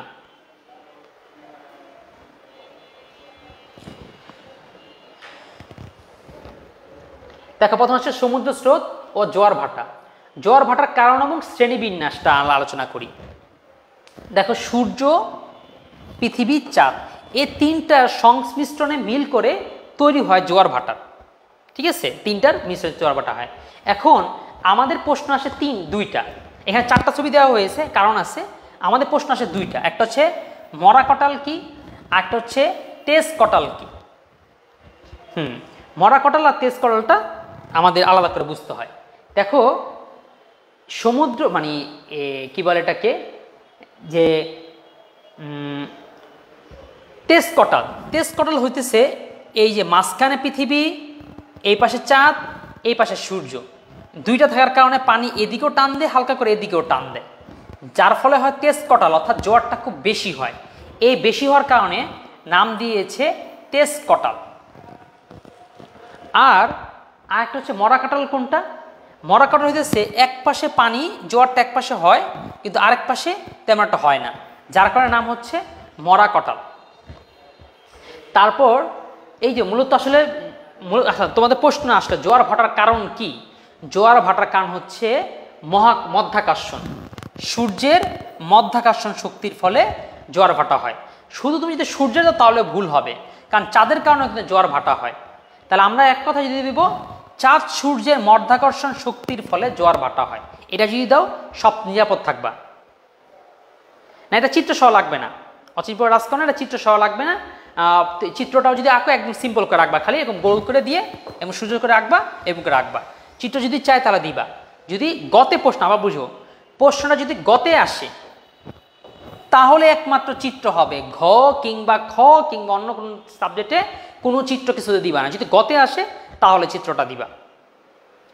কর্কট মানে কি? কর্কটের শব্দের যদি অর্থ জিজ্ঞাসা করো, কর্কট শব্দের অর্থ হচ্ছে দেখছো এই যে কাকড়া, যে কর্কট।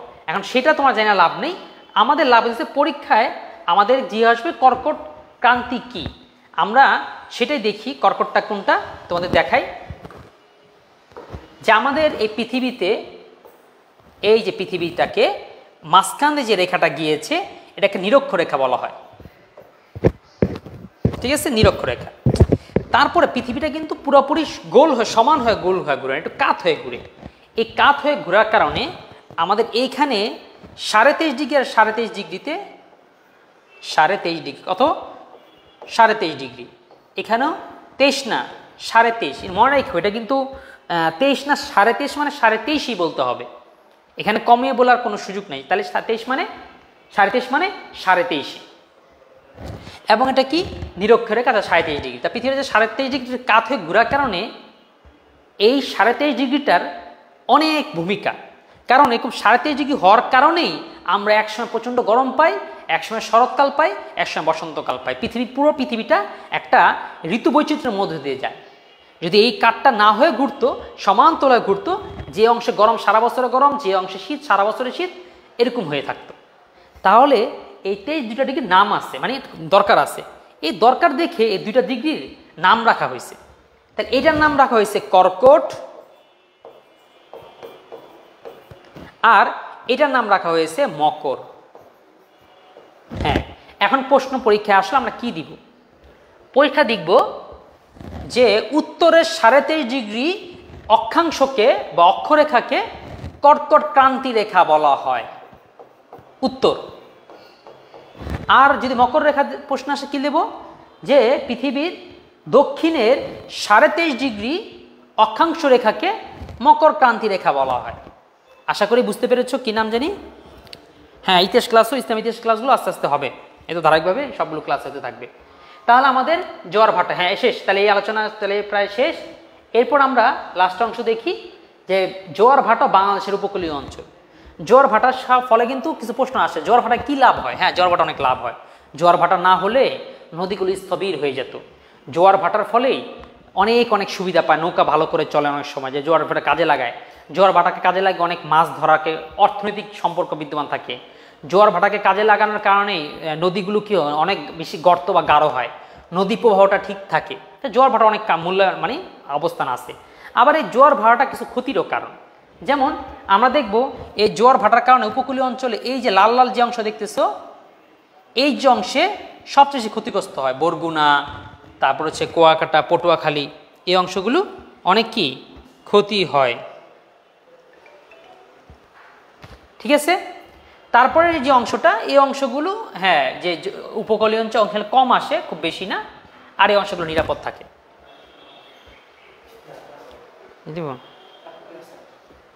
আচ্ছা, আলোচনা প্রায় শেষ হয়ে গেলে ক্লাস শেষ করে দিব। আচ্ছা, হ্যাঁ, তাহলে এই তো আমাদের এরকম করলে আলোচনা প্রায় শেষ। এই তো স্লাইড শেষ, প্রায় আমাদের 6টা অধ্যায় পড়া হয়ে গেছে, আমরা করে ফেললাম। এখন তোমাদের নিজস্ব পার্সোনালগুলো প্রশ্ন করো, আলোচনা করব। আর তোমাদের একটু পর তোমাদের গালিব ভাইয়া আসবে, গালিব ভাই এসে তোমাদের আলোচনা করবে। তোমরা খালি এত উপর কেন প্রশ্ন করছো, স্যার পরিচালন বৃষ্টিটা কি? ঠিক আছে, পরিচালন বৃষ্টিটা আবার একটু দেখাই দিই। এই যে পরিচালন বৃষ্টি যদি প্রশ্ন আসে, সেটা হইতেছে ওয়ার্ম, দেখো কি লেখছে, ওয়ার্ম এয়ার, গরম বাতাস, অর্থাৎ উষ্ণ বায়ু উপর দিকে উঠে বৃষ্টি মানে কি বলে ঠান্ডার প্রভাবে মেঘে তৈরি হয়, আবার সে বৃষ্টি নিচের দিকে এসে চলে যায়, আবার গরম হয়ে আবার উঠে, এই যে এইভাবে করে ঘূর্ণমান প্রক্রিয়া চলতে থাকে, এটাকে পরিচালন পদ্ধতিতে ঘুরতে থাকে, এটাকে পরে পরিচালন বৃষ্টিপাত। ক্লাস শেষ, ক্লাসে আলোচনা আমরা প্রায় শেষ করে ফেলছি। আগামী পরবর্তী ক্লাসে তোমাদের একদম সাজেশনমূলক এমসিকিউ এবং সিকিউ আলোচনা হবে, অর্থাৎ যেগুলো পরীক্ষা আসবে সেই এমসিকিউ তোমরা পরীক্ষা পরে এসে মিলে মিলে দেখবা যে না আমাদের ক্লাসের সাথে তোমাদের আসলে কত কমন এসেছে, কী পরিমাণ আমরা যা বলেছি সেই এমসিকিউগুলোই পরীক্ষা বারবার এসেছে। আমরা সেই স্লাইডটা আমরা সেই নোট পিডিএফে তৈরি করে ফেলেছি, তোমাদের দিয়ে দেওয়া হবে, কিন্তু উত্তর দেওয়া হবে না, উত্তরটা আমরা আসলে ক্লাসই করবো। তো সেদিন পরবর্তী ক্লাসে নিশ্চয় থাকবা, ঠিক আছে? হ্যাঁ, আর কোনো প্রশ্ন থাকলে করতে পারো। দেখো প্রশ্ন, এই ভূগোল বিষয়ে প্রশ্ন থাকলে পুরো অধ্যায়ের মধ্যে প্রশ্ন থাকলে করতে পারো, প্রশ্ন করো।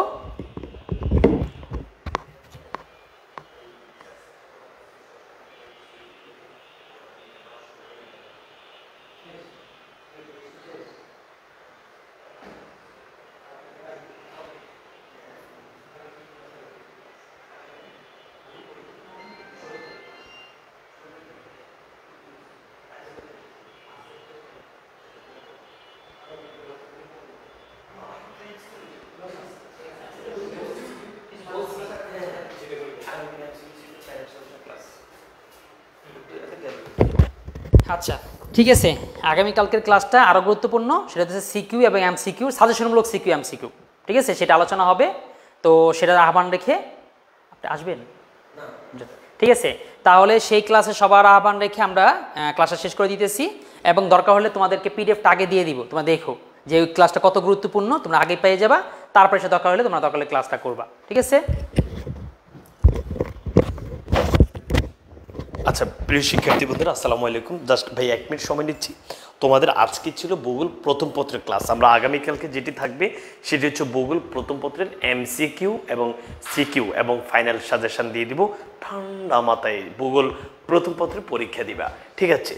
এরপরে তোমাদেরকে ভাইয়া হচ্ছে ভূগোল দ্বিতীয় পত্রের ক্লাস হবে এরপরে তোমরা যারা ইতিহাস আছো ইতিহাসের রুটিন দিয়ে দিব, ইসলামের ইতিহাসের রুটিন দিয়ে দিব।